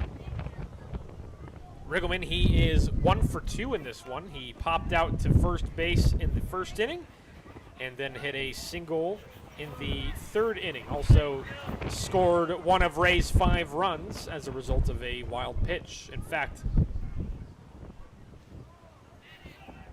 3 of Wray's 5 runs are on wild pitches in this one. First delivery to Riggleman, that one misses inside, and a stolen base by Ridge Peterson. The throw, not sure if Wolf behind the plate, not sure if he was intending to throw that one to Turney just back on the mound or if he was trying to go for the steal from Ridge Peterson. Regardless, he is safe there at 2nd. Wymura stays at 3rd. So it's base runners on 2nd and 3rd with 1 out in the inning. A 1-0 count to Camden Riggleman. Next delivery, this one swung on, grounded in the gap between short and 3rd, and that's going to bring in at least 1 run, and it is just going to stay at 1 run. Meanwhile, Riggleman on the throw back in moves from 1st to 2nd. So a RBI double from Camden Riggleman. Ridge Peterson advances to 2nd base. Joey Wymura coming in to score on the play. So 2 hits, 1 run in the inning. Wray creeps a little bit closer. It's now 11-6 in favor of Haxtun. Top of the 4th inning. So base runners on 1st and 2nd. Here is Rice Peterson for the 3rd time of the game. First delivery to him, swung on and missed. Falls behind 0-1. He was walked in the 1st inning, struck out looking in the 3rd inning. So looking for his first base hit of the game.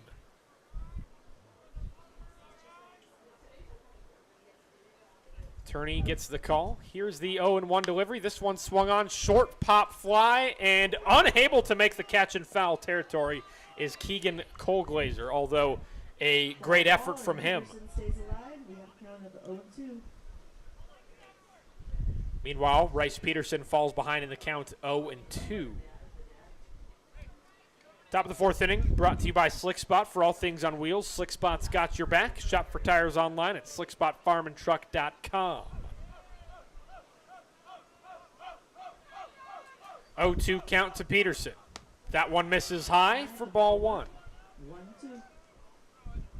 Turney trying to tempt Peterson with a high fastball. Sometimes those are very tempting to swing at. However, Peterson able to hold off. Avoids being struck out there. 1-2 delivery. Swung on, foul tipped right into the glove, and that is a strikeout all the same. So the second time that Peterson has been struck out, that is the 7th strikeout for Turney, and also the 2nd out of the inning. So 2 down, base runners still on 2nd and 3rd. Riggleman at 2nd, Ridge Peterson at 3rd. That brings in Chris Arambula for the 3rd time this afternoon.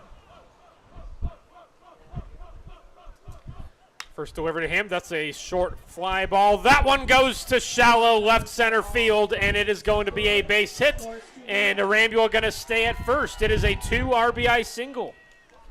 So the second hit of the game for Arambula, hit a solo homer in the 2nd inning, and intentionally walked in the 3rd inning before adding a 2 RBI single here.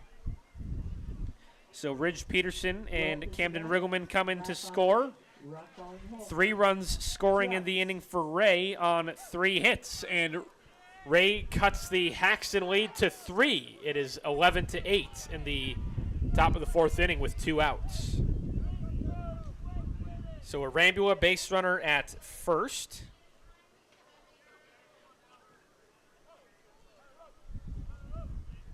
Darren Welp at the plate. Here's the first delivery. That one gets called strike one at the knees. Stolen base attempt by Arambula. He's in safely as he is able to slide in. That is his 2nd stolen base of the game, actually. He was able to score a run on a steal in the 3rd inning. So glance back at 2nd. A fly ball fouled by Welp. He falls behind 0-2. Turney looking to retire the side here. Couldn't get the quick inning that he wanted. Couldn't hold the lead as a big lead, I should say.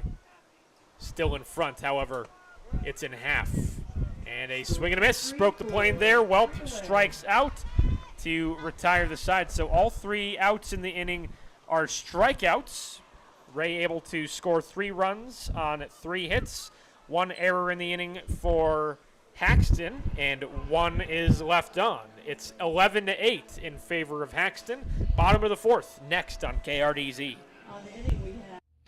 I'm in a hurry to get things done. Oh, that honey-do list is so much fun. All I really gotta do is paint the house and build a new deck for a happy spouse. Come in and see us at Wray Lumber Company. We'll help you tackle that honey-do list or any building or home improvement project. Wray Lumber Company on Main Street in Wray, where your goodwill is our greatest asset. Go Eagles! Proud sponsor of Wray Eagle Athletics.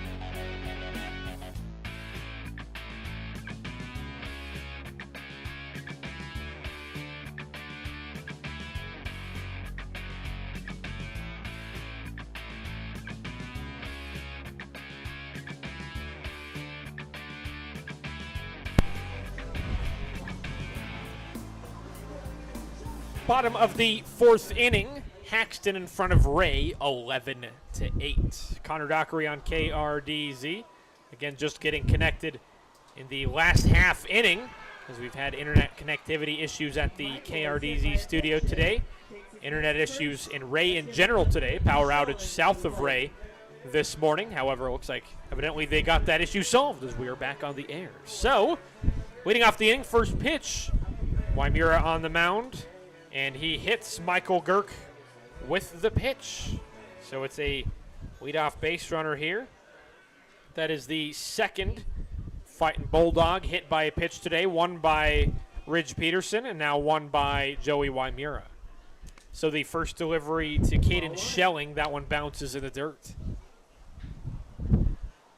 1 ball, no strikes for Schelling in this one. He is 1 for 2, struck out in the first inning and then hit a 2 RBI double in the 3rd inning. Also scored a run. One of those 9 runs scored in the inning. Another one misses low and away. That's ball 2. 2-0 the count to Schelling. So Wymura came in relief in the bottom of the 3rd inning. Came in to get the final 2 outs of the inning. However, he still allowed 4 runs on 4 hits to score. Another pitch, that one found the zone. 2 balls and a strike for Schelling. Base runner at first, no outs for Wymura to deal with here in relief. 2-1 count. That one waved at and missed, kind of extended on that swing, and that's a 2-2 count. On the season, Wymura, he's appeared in now 7 games on the mound. He's started 1, has a 4-0 record to his name. Pitching in 21 in the 3rd inning, coming into today's action, allowing 27 hits, 12 runs, 9 of them earned. He's walked 8 batters, struck out 24. Another one, that one swung on foul, tipped by Schelling. It stays a 2-2 count. Wymura a 2.95 ERA, 1.64 WHIP. Pretty good numbers there on the mound for Mr. Wymura. This one swung on, foul tipped, and it's going to go up and out of play. Arambula has no play to make there from behind the plate. Stays a 2-2 count, so Schelling fouling away a couple of pitches here on a 2-strike count. Trying to add the pressure to Wymura as Wymura tries to shut down the inning. Wymura glance at first there to Girk, getting a decent lead. Here's the 2-2, swung on another foul ball. 3 consecutive fouls with a 2-strike count for Schelling. So Schelling, even if he gets out here, a successful plate appearance for him, just raising the pitch counts for Wymura. Pitch number 32 in relief for Wymura coming up next as a pickoff attempt at first, unsuccessful. Girk is able to dive in. Practice swing out of the box for Schelling before he steps back in. Wymura watchful eye at Girk at first. Here's the next delivery, waved at and missed, and there is the first down of the inning. Meanwhile, the pitch got away from the glove of Arambula behind the plate, and that provided a window for Girk to advance to second. So an uncontested steal there for Girk, and Schelling is the first out. His second strikeout of the game. He's now 1 for 3. Third strikeout in relief for Wymura, and that will in turn bring in Ryland Wolf. Now a base runner at second with 1 down in the inning. First delivery, that one bounces in the dirt for ball 1. Ryland Wolf, he is 1 for 2 in this one. Struck out looking in the 2nd inning and then hit an RBI single in the 3rd inning. Also scored a run in that inning on an error. 1-0, that one bounces in the dirt, gets away from Arambula, and that will advance Girk from 2nd to 3rd on the wild pitch.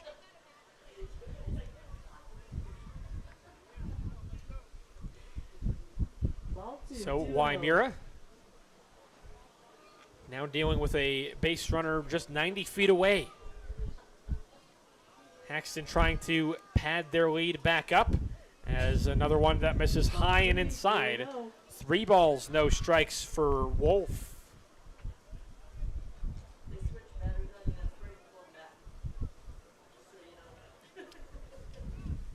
Correction, that is not Ryland Wolf. It looks like it is actually Plum at the plate. It's a pinch runner right here. So Braden Plum batting in place of Ryland Wolf. So Wolf, he went 1 for 2 earlier in this one. Braden Plum pinch hitting here. So a 3-0 count to Plum. And Girk, base runner at third base. 1 away in the inning, and now we have a conversation here with the home plate umpire and one of the Haxtun coaches. Looks like he's going to be swapped out here. I don't know if he's the second out. There he is. So he is out. Not sure what the reasoning is. If only I can get a microphone there for the home plate umpire, see what he's discussing there. But looks like Plum is called out there. It was a 3-0 count. But meanwhile, Wymira pitch. That one bounces way off in the dirt. However, Girk staying there at second. Make that third, actually. So, 2 away in the inning. Base runner at third. Here is Kaylin Kelly.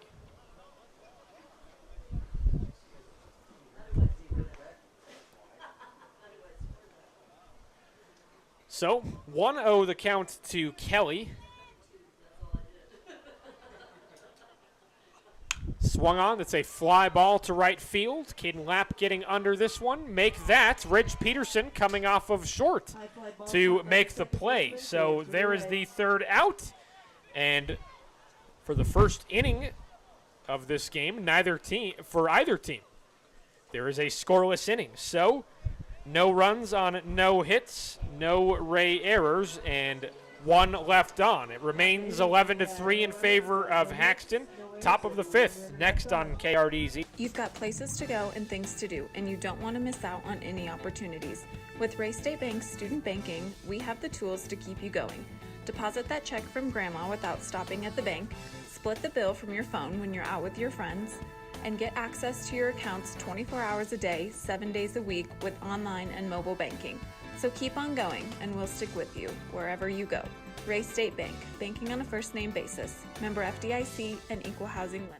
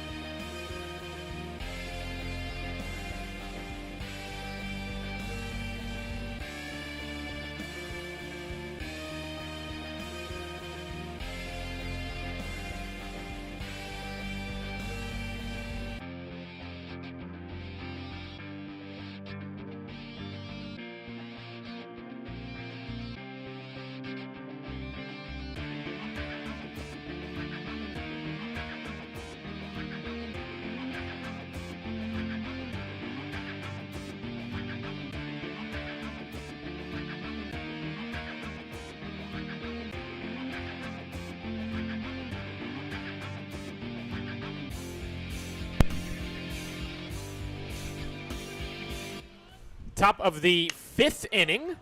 Haxtun in front of Wray by 3, and immediately on the first pitch by Caden Lapp, a pop fly, but that one winds up a foul ball. So it's a measly 0-1 count instead of an out there. So Lapp, of course, leading off the 5th inning for Wray. We have our first pitching change for Haxtun. It's Caden Schelling now on the mound. He relieves Turney after 4 innings. Turney in those 4 innings, allowing 7 hits for 8 runs. He also walked 5 batters, struck out 8. 94 pitches in the start. Currently on track for the win after pitching in those 4 innings in the start. Meanwhile, another foul ball there for Lapp. It's an 0-2 count. That delivery is low and in the dirt. 1 ball, 2 strikes to Lapp. Lapp is 0 for 1 in this one. He struck out in the 2nd inning, walked in the 3rd inning. Looking to get on base here. Next delivery, this one swung on, grounded to short. The pickup from Canode, throw to first is off the mark, and that's going to be an error. So Lapp reaches on the error, that errant throw. It's the 2nd error of the game for Haxtun. And Wray has themselves a 0-out base runner. So Lapp at first. Here is Ashton Rogers batting in place of Carson Rockwell.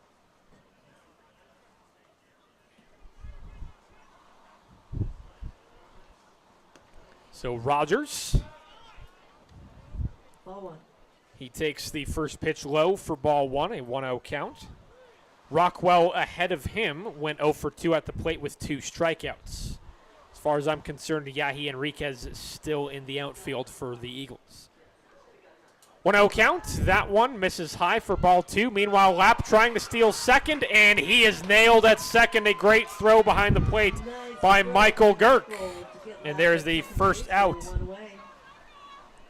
So, Caden Lapp, he is caught stealing.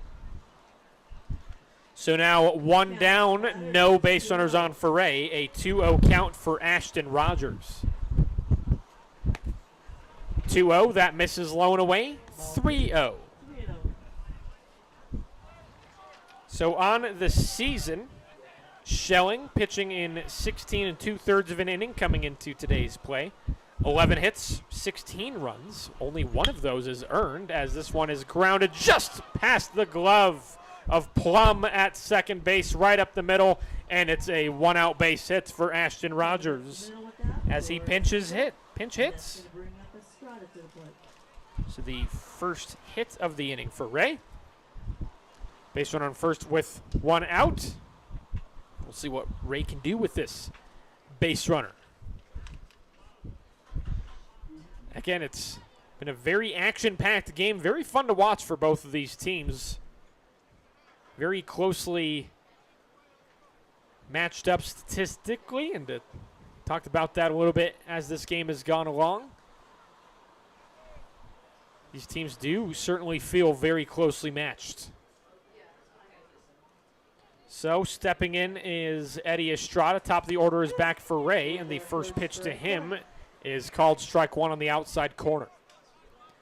0-1 to Estrada. So Schelling, he's also walked 3 batters, struck out 11 on the season. He has an 0.42 ERA, 0.84 WHIP. Done very good this season on the mound at limiting base runners. As a pitch is taken on the inside, that is another ball. A pickoff attempt at first. Meanwhile, Rogers is able to step back in. 1 ball, 1 strike for Estrada. Estrada in this one, 0 for 1. He's been hit by a pitch twice in this game, and he's also struck out once.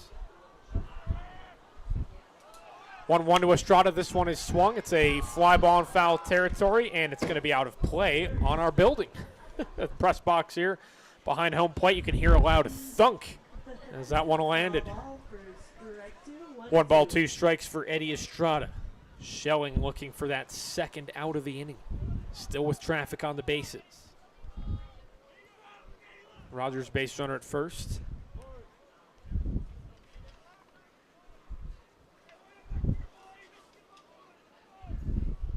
Eddie Estrada did not play in that game against Yuma on Tuesday. A wave at and miss in the dirt, and a snag by Girk. He's able to just tag Estrada there trying to make the run to first. So there is a strikeout for the second out. Meanwhile, on the play, Rogers able to advance to second.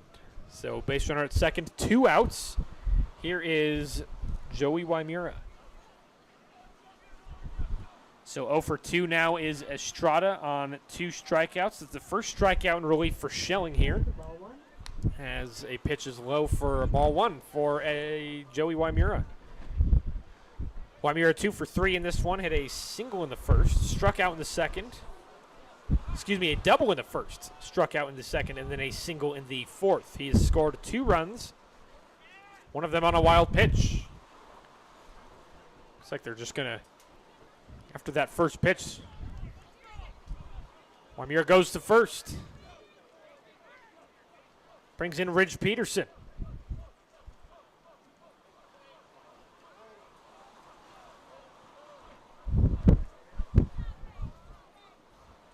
Ridge Peterson trying to keep this inning going as he swings on the first pitch. This one goes to left field. Oh my goodness, that is just foul.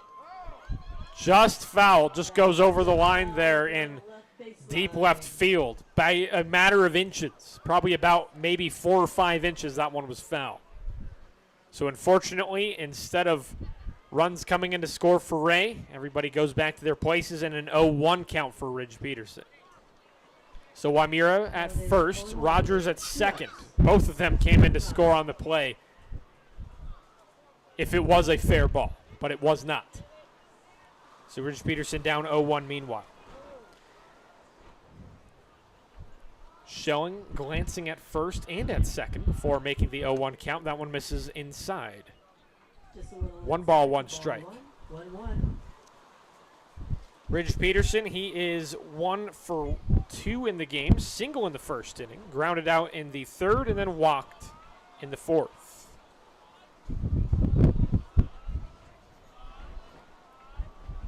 Another glance at first and a balk from Caden Schelling. So that will move up Wymura to second and Ashton Rogers to third with 2 outs in the inning. Costly mistake there. After he got set in the stretch, he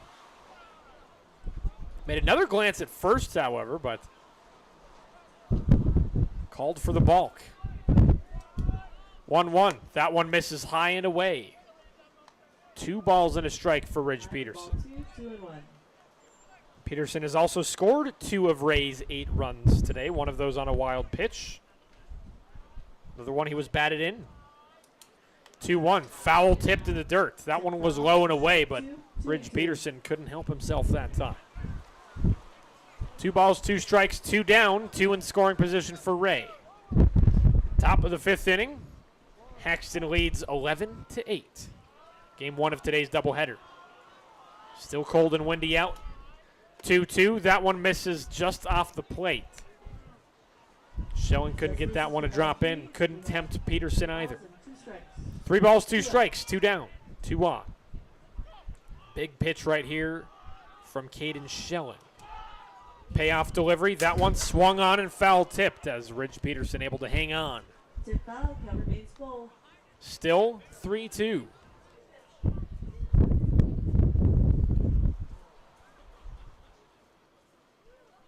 Trying to allow no further runs here. Trying to keep it a 3-run lead. The 3-2, that's called strike 3. Peterson thought that was a walk. However, unfortunately for him, the side is retired. He was caught looking there. So, no runs, 1 hit, 1 error in the inning, and 2 are stranded. It remains a 11-6 ball game. Bottom of the 5th, next on KRDZ. At Wray Community District Hospital and Clinic, we care for your health and are committed to the overall health and wellness of those we serve. In addition to traditional medical practices, we also offer diabetes management, cardiac rehab, imaging, nursing services, physical therapy, and much more. To find out more about all the services we offer, visit us online at rayhospital.org. Wray Community District Hospital and Clinic, promoting healthier living through compassionate quality care.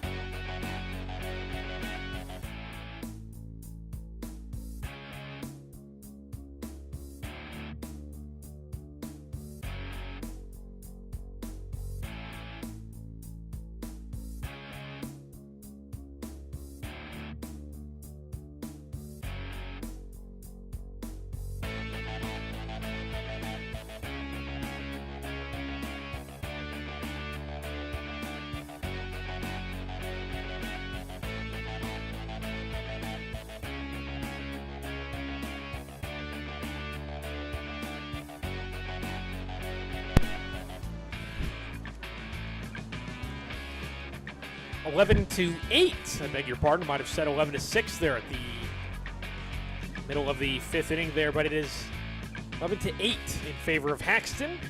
Now the bottom of the 5th inning. Connor Dockery on KRDZ. Joey Ramirez remains on the mound in relief. And leading us off is Owen Canode, top of the order. Due up here for Haxtun. And Canode immediately swings on the first pitch, and it's going to be a base hit into right center, and he is going to head to second base and makes it safely. So first pitch, it's a leadoff double. Kyle Freiberg steps in now. So Wymira so far in relief, he's allowed 5 hits, 4 runs. He has struck out 3 batters, and he's walked none in 1 2/3 innings relief so far. Ridge Peterson getting the start. Pitched the first 2 1/3 innings. First delivery, it's a bunt by Freiberg. Goes just along the line of third, and it's going to roll foul. That's exactly what Wray wanted right there. Just looked like it was going to be a great bunt right there. However, just rolling foul, so he's going to have to get back in the box.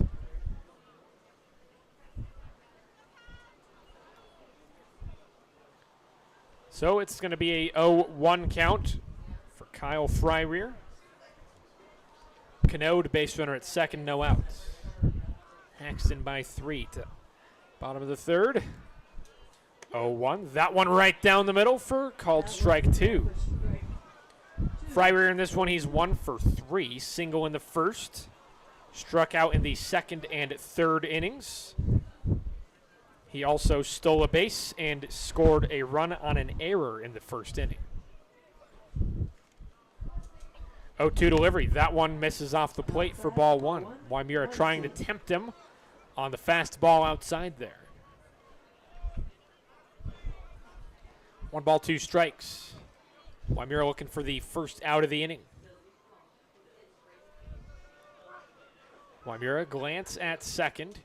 Here's the next delivery. Swung on and missed on an inside delivery. And there's the strikeout. 4th strikeout in relief for Joey Wymira, and that brings in Isaac Anderson. So base runner on second with 1 out. Anderson steps in the midst of a 2-for-2 day. Walked in the 1st inning, 2 doubles in the 3rd inning, a long 3rd inning. He got 2 plate appearances there. He's batted in 2 runs, scored 2 runs, and he's also stolen 1 base. First pitch drops low and inside for the first strike. No balls, 1 strike to Isaac Anderson.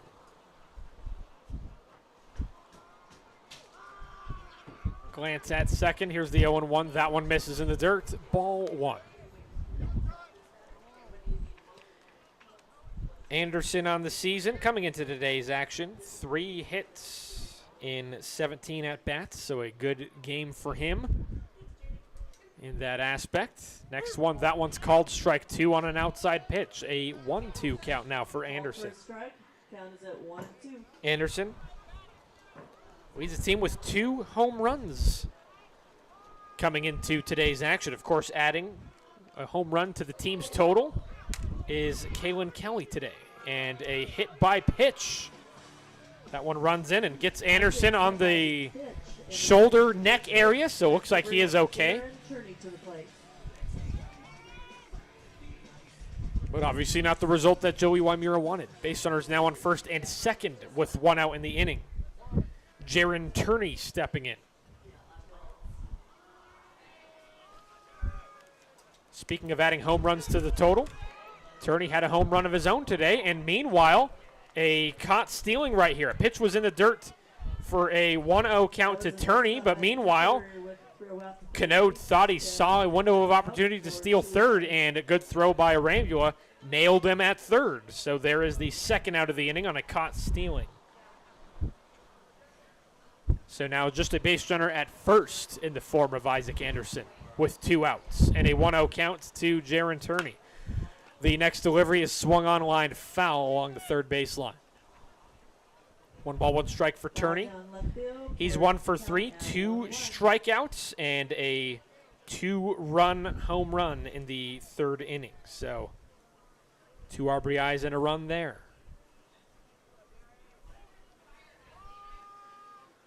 1 ball, 1 strike. Next delivery misses low and away. 2 balls and a strike to Jaron Turney.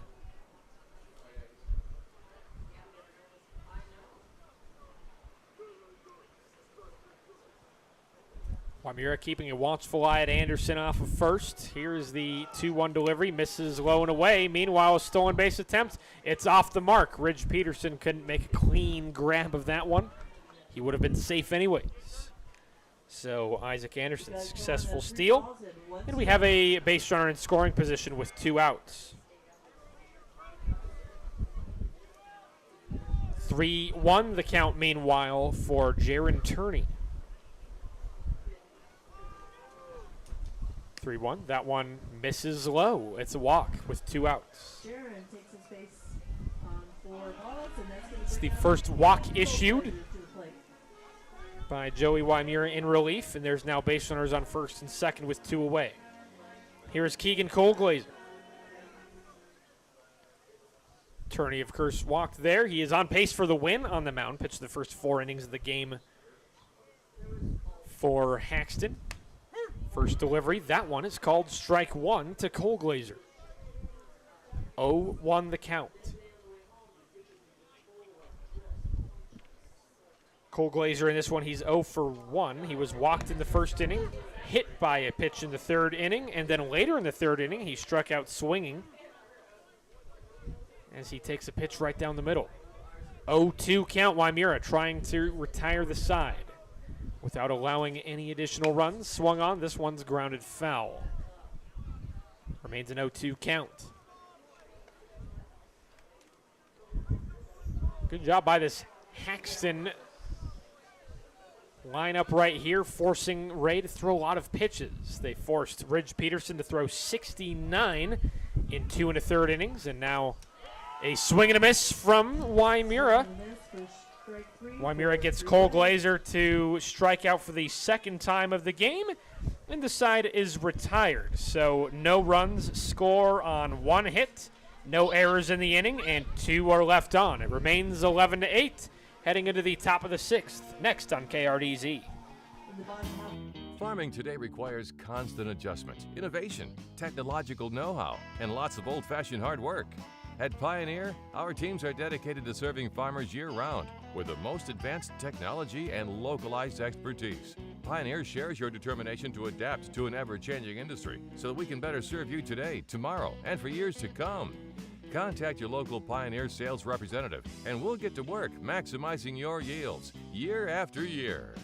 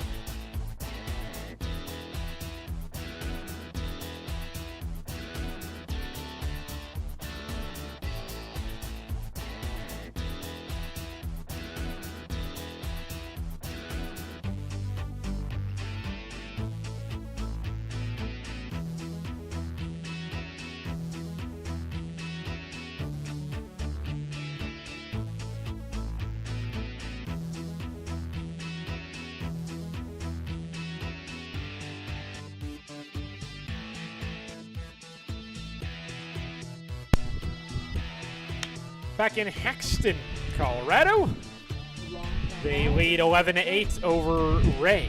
Connor Dockery on KRDZ, now in the top of the 6th inning. Camden Riggleman leading us off, and his first pitch, he will fly that one foul over the Wray dugout. So he falls behind 0-1, and he swings and misses on the next delivery to fall behind 0-2. Riggleman so far in this one, he is 2 for 3. Popped out in the first, single in the third, and a RBI double in the fourth. He's scored 2 runs as well. And pitch misses off the plate. That's ball one. 1-2 the count to Riggleman. Caden Schelling remaining on the mound for Haxtun. Striking out 2 batters, walking 1, and allowing 1 hit, no runs. 1-2. That one swung on, fouled, tipped. It remains a 1-2 count. Foul ball, count remains at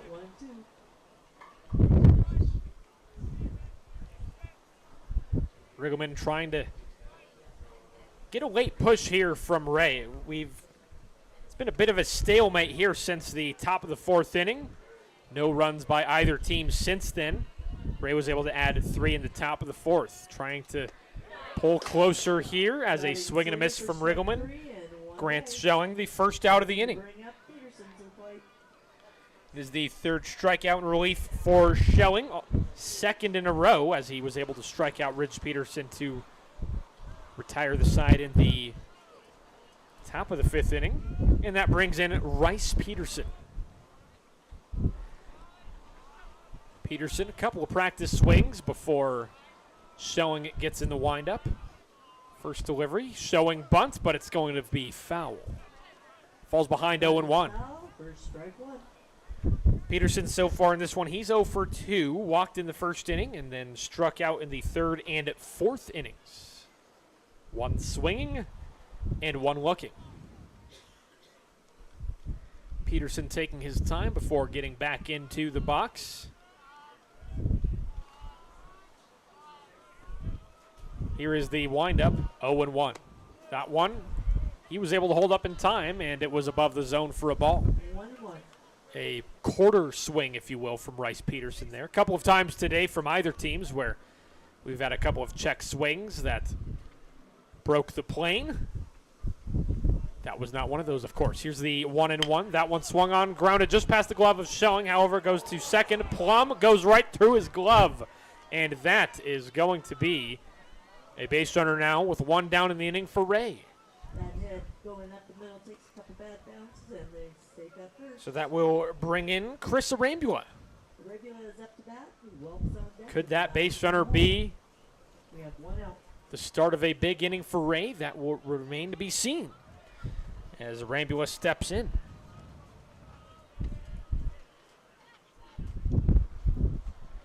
Be an infield single there for Peterson. He's now 1 for 3 as a pickoff attempt there. He dives in safely. Rambula in the midst of a 2 for 2 day. Solo home run in the 2nd inning and then a 2 RBI single in the 4th inning. Pitch misses outside for ball 1, and Schelling's cap just flies off of his head. We've had a couple of those happen today. Peterson twice. And now Schelling once. Give you an idea how windy it is outside today here in northeast Colorado. Windy everywhere, really. We should be getting wind for really the rest of the day today. Likely the rest of the weekend. Of course, we had big time winds last night. Thunderstorms. Pitch misses. Actually called strike 1 at the top of the zone. Meanwhile, an uncontested steal of 1st to 2nd from Rice Peterson. So now Wray has a base runner in scoring position with 1 down in the inning and a 1-ball-1-strike count for Chris Arambula. Glance at second from Schelling. Next delivery, that one misses high and away. Ball 2, 2-1. 2 balls and a strike. Arambula intentionally walked in the 3rd inning, came home to score a run, was able to steal the base. A double steal on the play.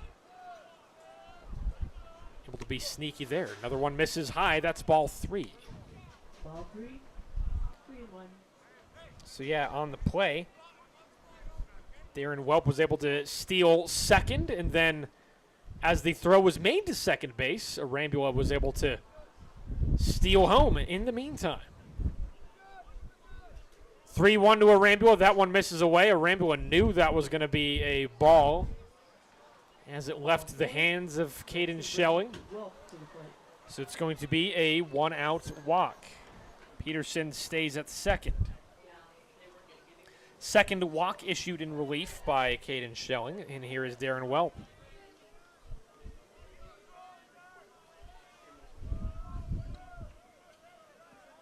Welp in this one, he is 0 for 1. Hit by a pitch in the second inning, walked in the third, and then he struck out swinging in the fourth. Meanwhile, a half swing, that one contact made, but it pops foul. 0-1. 1 down, 2 on for Wray. Haxtun leads by 3, 11-8 in the top of the 6th inning. Lots of back and forth action, if you will. But of course, the defining inning in this one, the bottom of the third, Haxtun was able to score 9 runs on 8 hits as a pitch drops in for strike 2 on the outside corner. No balls, 2 strikes for Welp. Trying to find a way to get these base runners moving. Wray trying to chip closer here. Of course, after that 9-run third inning, Wray fell behind by 6. Brief time there from Welp before he steps back in. Rice Peterson, big lead off of second. Here's the 0-2 delivery. Swung on and missed. Meanwhile, steal attempt by Rice Peterson. He is in safely, and it's a double steal as Arambula also moves to second. So there is the second out of the inning on that strikeout from Welp. He is now 0 for 2, and that brings in Caden Lapp. So Rice Peterson, base runner at third, Arambula at second. Caden Lapp trying to keep this inning going. First delivery to him, that one misses high and inside. 1 ball, no strikes for Lapp, who is 0 for 2. Struck out in the first inning, walked in the third inning, and then reached on an error in the 5th inning. 1-0, swung on and missed. 1 ball, 1 strike.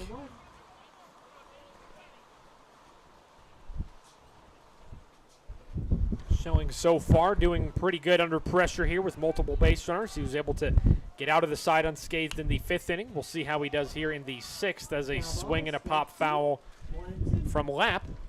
It's now 1 ball and 2 strikes. Schelling light at the end of the tunnel here. 1 more strike if he wants to strand 2 more base runners. 1-2 to Lapp. That one misses off the plate for ball 2. 2 balls, 2 strikes. Schelling looking for that 3rd strike and 3rd out. 2 in scoring position for Wray. And swung on another foul ball up and over the Haxtun dugout. Remains a 2-2 count, 2 down, 2 in scoring position. Wray trails Haxtun by 3 runs in the top of the 6th inning. Schelling gets the call. Glance at second and a step off. Oh no, and they got a jam right here. Arambula in between second and third. Meanwhile, they're just going to run down Rice Peterson here. Oh, and they get him. So a bit of a jam right here. Arambula between second and third. Rice Peterson between third and home. And they're able to get Rice Peterson with the tag down between third and home, and the side is retired. Interesting third out there. But it remains a 3-run ball game. Haxtun in front of Wray 11-6 in the bottom of the second, which is next on KRDZ. Farming today requires constant adjustment, innovation, technological know-how, and lots of old-fashioned hard work. At Pioneer, our teams are dedicated to serving farmers year-round with the most advanced technology and localized expertise. Pioneer shares your determination to adapt to an ever-changing industry so that we can better serve you today, tomorrow, and for years.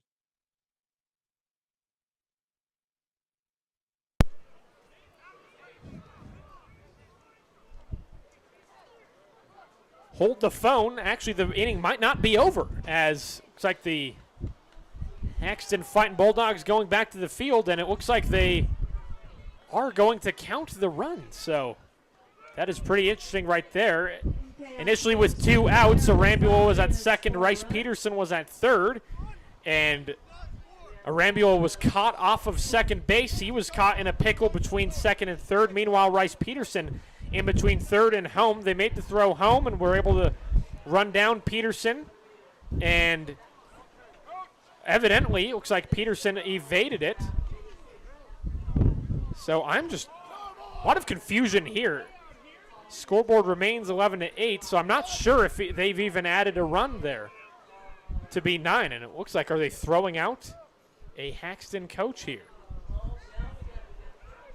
I think they are. So meanwhile, another Haxtun coach coming out of the bullpen. A lot of frustration for both head coaches in this one. There's been several times where both head coaches come out of their respective dugouts and appeal whatever the calls have been made. We've had a couple of controversial calls either way in this one.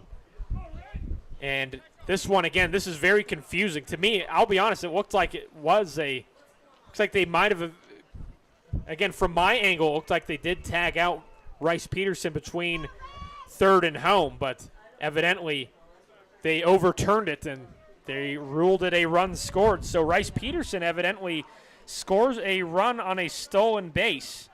Arambula was able to move up to third and hold on. They're going to move Arambula back to second base and Peterson back to third. So no run scored. Lots of confusion here. I guess it's still 11-8. So no run.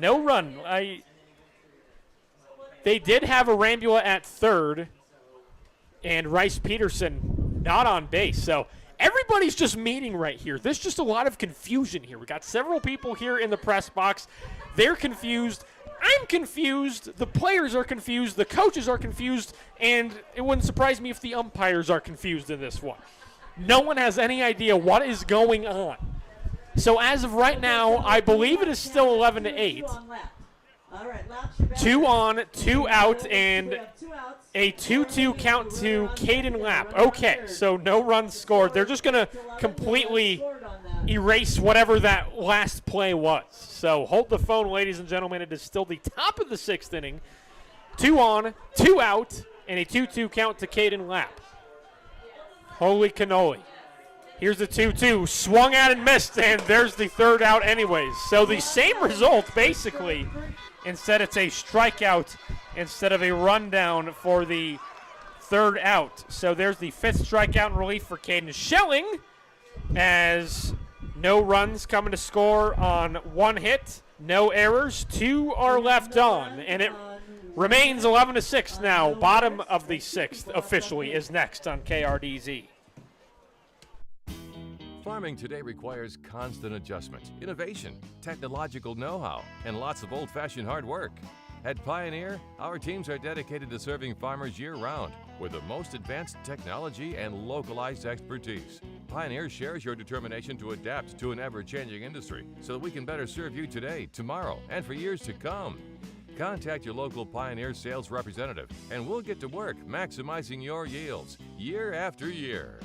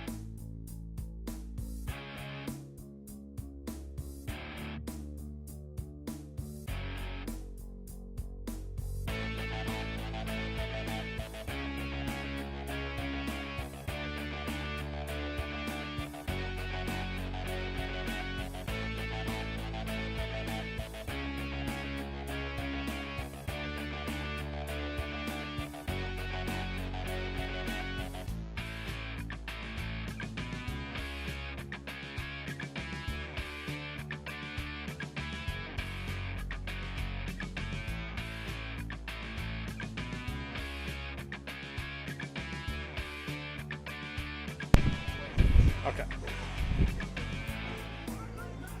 Bottom of the 6th inning, very interesting game brewing here. Game 1 of today's doubleheader between Wray and Haxtun is in front 11-6.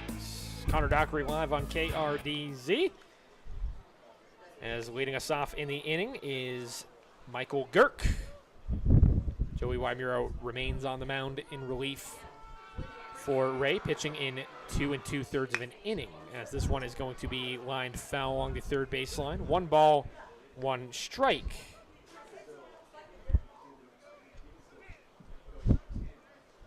So 1 ball, 1 strike for Michael Girk. He is 1 for 1 in this one. A walk in the first, base hit in the third, and then a hit by pitch in the fourth. As this one's going to be a fly ball in foul territory up and over the Wray dugout at third. It's now a 1-2 count. So Wymura tasked with trying to get a shutdown inning here, trying to keep it at a 3-run ball game, and then Wray will have their final chance at the plate in the top of the 7th. As a swing and a miss right here, there's the first out. So first out of the inning. It is the 6th strikeout in relief for Joey Wymura, and that brings in Caden Schelling. Schelling is 1 for 3 in this one. Struck out in the first and fourth innings and hit a 2 RBI double in the third. Also scored a run. First delivery to Schelling. That misses off the plate for ball 1. So Schelling on the season, coming into today's action, 4 hits, 24 at-bats, 10 runs scored, leading the team in strikeouts with 9 coming into today's action as he takes a pitch on the inside, nearly got him. That's going to be ball 2, a 2-0 count. Schelling's also been walked 7 times. He's batted in 5 runs. Hit by 2 pitches coming into today's action, of course, in addition to some of his great work on the mound this season, as a pitch is low for ball 3. 3-0 count for Schelling. Trying to be the first base runner. This is, of course, Haxtun's final chance to try to pad their lead before the top of the 7th. And it's a 4-pitch walk. Pitch misses above the belt for ball 4. It's the second walk issued in relief for Wymura, as Haxtun has a 1-out base runner at first.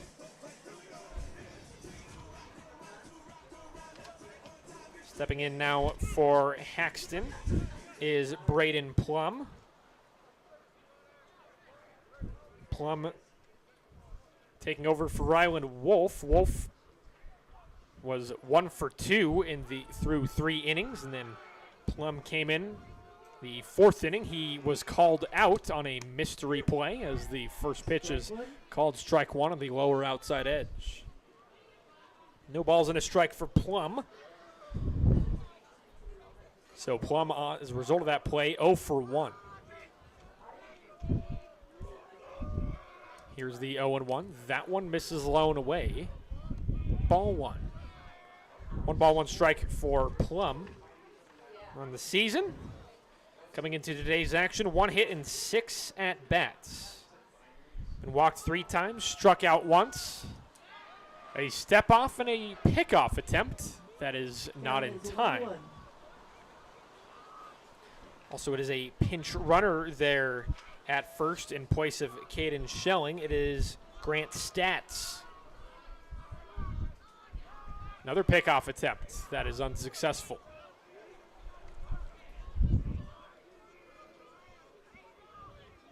So Wymura gets back on the bump, a 1-1 count against Braden Plum. Wymura, watchful eye there at first. And next delivery, that one misses high for ball 2. 2 balls and a strike. Plum, as I mentioned, 0 for 1 in this one. Wymura looking for the second out of the inning. Able to retire Michael Girk with a strikeout to lead off the inning. 2-1, that one misses low. 3-1. Wymura so far in relief. 3 innings pitched, allowing 5 hits for 4 runs. Walked 2 batters and struck out 6. Glance at first, 3-1, that one called strike 2 right down Main Street. 3-2-1 on the scoreboard, 3 balls, 2 strikes, 1 out. Base runner on first. Haxtun still in front by 3. Bottom of the 6th. Game 1 of the doubleheader. Payoff pitch. This one's a short fly ball to short, and Riggleman able to make the catch. And, oh no, it might be a double play right here as the throw back in is in time to first. Stats was caught running to second, and the catch forced him to go back to first. He was not able to get back in time, and Wray, as a result of that double play, able to make it a 1-2-3 inning. So, just like that, it remains 11-8 going into the top of the 7th. Wray with their final chance with the bats in this one on KRDZ.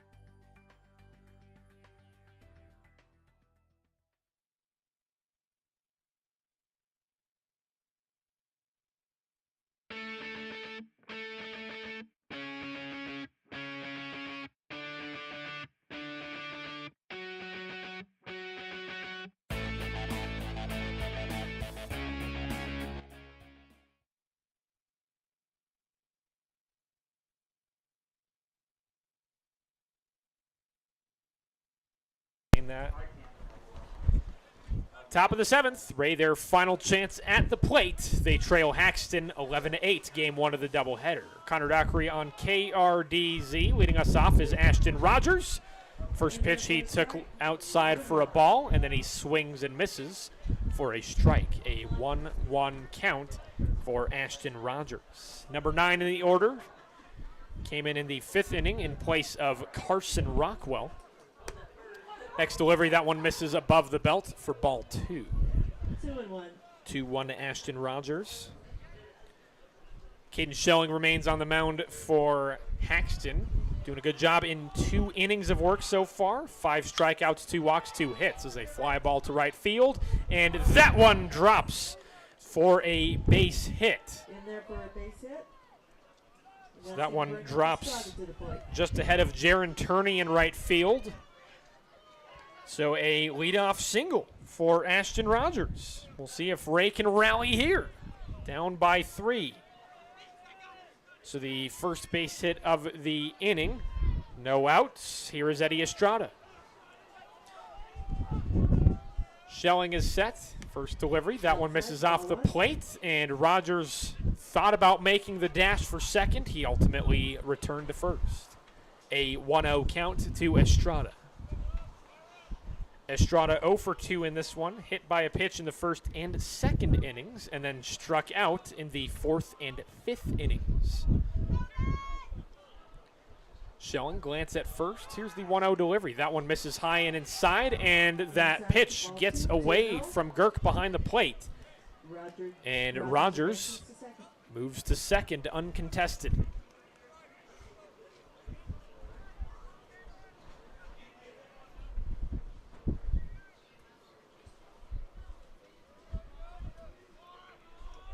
Schelling now glancing at Rogers at second before making the next delivery. That's high and inside for ball 3.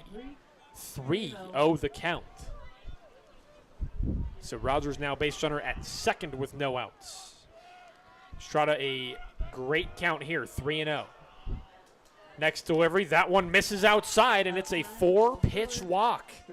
So Estrada on base for the 3rd time in this one, and that will bring in Joey Wymura. Wray trailing by 3, trying to rally here. Caden Schelling on the mound trying to shut this one down for a Game 1 victory. So Joey Wymira steps in. He is 2 for 3. Double in the first, strikeout in the second, single in the fourth. First delivery to him misses inside for ball 1.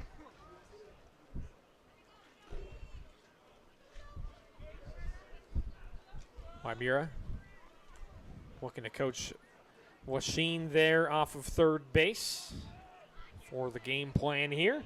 He steps back in. 1 ball, no strikes, 2 on, no outs. He swings and fouls this one in the dirt. Took a big cut at that one, however, showing good drop on that pitch. 1 ball, 1 strike. Wray just looking for that big swing. Again, they've gone dry since the 4th inning offensively. Both teams have.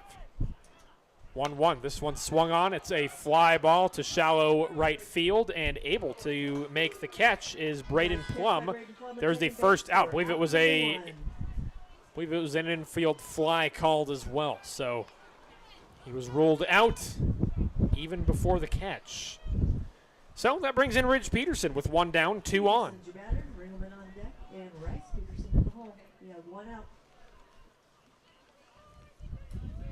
Ridge Peterson trying to move these base runners. He swings. That's a grounder. That one eats up Cole Glazer at first. He makes it to first, and Ashton Rogers coming home, and he is tagged out at the plate. Oh, my goodness. And there's now 2 away in the inning. So that one just got past the glove of Cole Glazer at first, and both base runners ahead of Peterson moving up and trying to go home. Ashton Rogers, he is cut down at the plate, and there's 2 away in the inning. Base runners on second and third. Wray trailing by 3. Final out of game 1 right here, potentially. First delivery to Riggleman. This one's a line drive. It drops fair just ahead of the left fielder.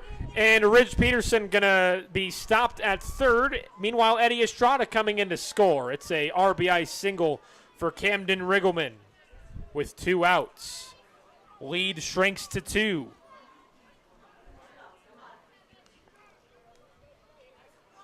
Estrada, as I mentioned, coming in to score on the play. Ridge Peterson moves up to third. Camden Riggleman at first. Base runners in the corners.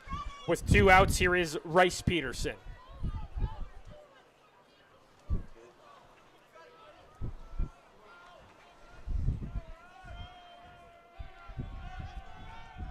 So now 2 hits, 1 run scoring. Pitch is off the plate. Ooh, called strike 1. In there for strike 1. Meanwhile, a uncontested steal by Riggleman moves up to second base. Now base runners on second and third with 2 away in the inning, and an 0-1 count to Rice Peterson. Here's the 0-1. This one swung on, foul tipped, and Schelling has Wray on their final strike of game 1 of this doubleheader. Current score 11-9. Wray scoring 1 run on 2 hits so far in the inning. 2 outs. Here's the 0-2. That one swung on. It's a fly ball to left field, and getting under it to make the catch. That one will end the game. So Wray again with a good effort in this one to fight back. They trailed by 6 after a big 9-run third inning by the Haxtun Fightin' Bulldogs. And unfortunately, their comeback attempt winds up short. So once again, final score, it is Haxtun 11, Wray 9. And Wray was able to score their 9 runs on 11 hits. They committed 2 errors on the game, and they had 8 batters stranded on base. Haxtun, meanwhile, they scored their 11 runs on 11 hits. They committed 2 errors as well, and they had 6 left on. Jaron Turney gets the win on the mound. Ridge Peterson gets the loss, and that will, as a result, drop Wray back below 500. They are now 6-7 overall. Haxtun now improves their record to 8-5 overall. That'll do it for game one of this doubleheader. Once again, final score 11-9 in favor of Haxtun in 7 innings. Stick around. In about 20 to 30 minutes, we will have the first pitch of game 2 for you. You're listening to Wray Eagles Baseball on KRDZ. Sukup Manufacturing Company hires people that were born and raised to work in this industry. I grew up farming, and we had Sukup equipment on our farm. I still actively farm. I know what the farmers' problems are. I can use that to help make our products better. What kind of separates a successful farm from one that's having a little more trouble right now is the ability to market your grain. And the best way to manage that? On-farm storage. Sue Rother, fleet manager for Sukup trucking operations. We've had several calls where a farmer has broke down, a dealer needs a part right away. We do whatever we can to get it there. The Sukup dealer network is also a critical part of the company's success. Our relationship with our dealers is very close. They know who they can contact if they have a need. The dealers are absolutely committed to this product. When you buy something, you want to make sure you have good service that comes with it.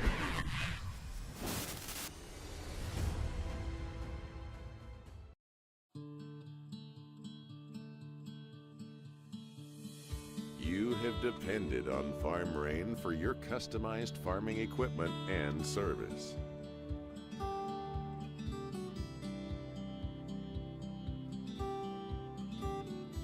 We are humbled by your trust. We don't take it lightly. And we don't take it for granted.